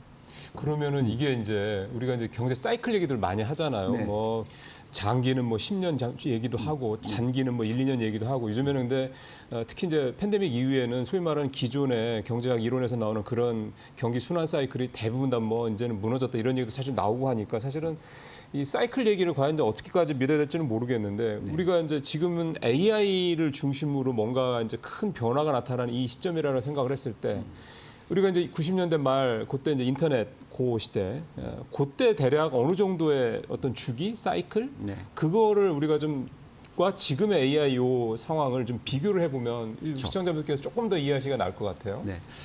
지금 사이클이 놀라운 사이클이 사실은 2000년대 이후부터 이어지고 있는 겁니다. 2000년대 이후부터다. 네. 그러니까 인터넷 버블이 터지고 나서부터 계속해서 지금 이제 사이클이 이어지고 있는 거고요. 계속 우상향이라는 네. 말씀이신 거죠? 이렇게 보시면 됩니다. 90년대는 이 인터넷이라는 인프라를 까는 시기였어요. 그렇죠. 예. 그래서 굉장히 돈이 많이 들어갔고 인플레이션을 자극하는 현상으로 연결이 돼서 나중에 네. 결국은 2007, 8년에 이 큰 위기가 온 거거든요. 네. 근데 어쨌든 사이클이 어떻게 됐냐면 이 인터넷 인프라를 까는 사이클이 10년짜리였어요. 그러니까 91년부터 시작해서 테이블 하나 올려주시면 1991년부터 시작해서 얼마나 이어진 사이클이었냐면 120개월입니다. 10년이네요. 10년이죠. 그게 일어나고 나서 그리고 나서 그 다음에 나타난 거 테이블 좀 올려주셨으면 좋겠는데요. 네네네. 예, 지금 네, 보시면, 나옵니다. 네. 지금 91년이 120개월이고요. 그 다음에 이제 하늘색 중간에 있는 왼쪽 보시면은 하늘색인데요. 저게 뭐냐면 그 이후 인터넷 인프라를 깔고 나서 IoT라는 게 들어왔어요. 인터넷 온 띵이라는 게 들어오면서 소비 시장이 막 활성화되는. 그러니까 결국 인터넷이 이제 대중화됐고 그래서 사람들이 인터넷을 이제 이용을 즐기고 했어요. 향유하고 이용하는 게 그렇죠. 그게 이제 그 사이클이 얼마짜리였냐면 128개월. 그건 약 11년 가까이 된 거고. 그렇죠. 그럼 이 두 개를 더하면 그러면은 21년이잖아요. 그러네요. 예. 그거를 아. 지금 AI 사이클이 이제 몇 년이 됐냐? 예. 이제 겨우 5년 됐다. 그럼 이제 지금은 AI 인프라를 까는 과정이라고 봐야 되는 거고. 예. 근데 재밌는 거는 AI 인프라만 까는 게 아니고요. 미국 기업들이 정말 대단한 건데 미국 기업들이 결국 AI 소프트웨어도 지금 깔고 있어요. 그러면은 옛날에는 인프라 깔고 그 다음에 이제 AI 인터넷을 활용하는 그게 나눠졌다면 지금은 그거를 거의 같이 가고 같이 있다 가는 이런 얘기는 거네요. 같이 가고 짧아지겠죠? 짧아지겠죠. 근데- 20년은 아니겠죠. 근데 예. 그렇다면 높이는 더 올라갈 수 있고 네. 그리고 그 다음에 뭔가 지금은 알 수 없지만 그게 더 빨리 올 수도 있고. 맞습니다. 그렇기 때문에 지금 자꾸 기다렸다가 들어가야지 이걸 자꾸 하고 있으시면은 계속 쫓아가는 모습인 것이고요. 네. 그러니까 우리가 포모 현상이라고 하죠. 네. 예. 그게 자꾸 나오는 겁니다. 그러면은 그러니까 본부장님 말씀 듣고 있으면은 이제 서학개미가 돼야 되겠다는 그런 자꾸 이제 마음이 생겨요. 그러니까 그만큼 이제 설득력 있고 논거도 충분하다 이렇게 좀 말씀을 드리는 거고. 그럼 이제 좋습니다. 그럼 이제 지금 상황에서 이미 갖고 계신 분들이야 뭐 본부장님 말 잘 들어서든 아니면 본인이 판단했을 때 이제 들어가서 지금 그 수익을 향유를 하고 있는 건데 불안감을 이제 말씀하신 대로 뭐 이제 좀 뭐 팔아야 되나 뭐 이런 거에 대한 불안감을 이제 낮추시면 되는 거고. 그럼 지금 안 갖고 계신 분들이라는 부분들이 이제 지금 들어가는데 네. 뭐 타이밍을 봐야 되는 겁니까? 그냥 뭐 오늘이라도 들어가야 되면 이런 식으로 해야 되는 겁니까? 이게 참 쉽지 않은 질문이긴 한데 네. 실질적으로 이제 저희 방송을 보시는 분들한테는 사실 그게 궁금한 거거든요. 네. 그러니까 지금 아직 안 들어가신 분들의 입장에서는 조금 부담스러울 수 있어요. 왜냐하면 그러니까 대선이 끝나고 나서 들어가고 싶었거든요. 사실 그 대부분은. 얘기를 많이 하죠. 근데 지금 대선이 끝나기 전에 지금 막 수익률이 10%, 20%가 들어와 버렸단 말이죠. 네. 그러니까 이제 지금 사기에는 좀 너무 올라간 거 아닌가. 실질적으로도 우리가 S&P 500으로 계산하면 이건 금리가 지금 4.3이잖아요. 이 금리면 참 어려워요. 그러니까 이 금리면 더 이상 올라가기가 연말까지 참 한정적입니다. 네, 네. 금리가 4%대로 떨어져 줘야 돼요. 그렇죠. 그러다 보니까 이제 지금 들어가는 걸 지금 딱 들어가기엔 좀 부담스러운데 그건 이제 너무 짧은 미래를 보시는 거고요. 1년 뒤를 보고 아까 말씀드렸듯이 2년 뒤를 보면 매년 미국의 S&P 500이라는 기업들은 ROE를 20%를 창출해 준단 말이죠. 그러게요. 놀랄만한 일이죠. 그리고 그 20%를 고객들한테 돌려줘요. 그렇죠. 고객이 아니라 주주들한테. 주주원화 정책을 통해서. 100% 다 돌려줍니다. 그러니까 매년 20%씩 올라갈 수 있는 게 생기는 거죠. 네. 예, 그래서 지금은 뭐 한정적인 어떤 매력도 왜냐하면 올해가 연초 대비해서 20몇% 올랐으니까 이미. 네. 그렇지만 내년 말까지로 또 계산하면 그런 매력도 또 생긴단 말이죠. 그렇죠. 그래서 자꾸 타이밍을 잡기보다는 뭐 좀 이번엔 좀 쉰다면 그러면 요번에 대선이 끝나고 나서 투자를 하시는 것도 그때 들어가셔도 뭐 나쁘진 않은 거죠. 그렇게 사실은 그만큼 좀 본부장님도 얘기했지만 이 대선이라는 게 굉장히 불확실한 변수가 크다라는 얘기가 되겠습니다. 지금은 사실 여전히 백중세고요. 누가 이길지 현재로서도 전혀 알 수가 없는 상황이기 때문에 그런 부분들을 감안해서 지금 안 갖고 계신 분들은 대선 이후의 상황을 잘 보실 필요가 있겠다. 오늘 본부장님 말씀 그렇게 마무리를 좀 하도록 하겠습니다. 오늘 말씀 잘 들었습니다. 감사합니다.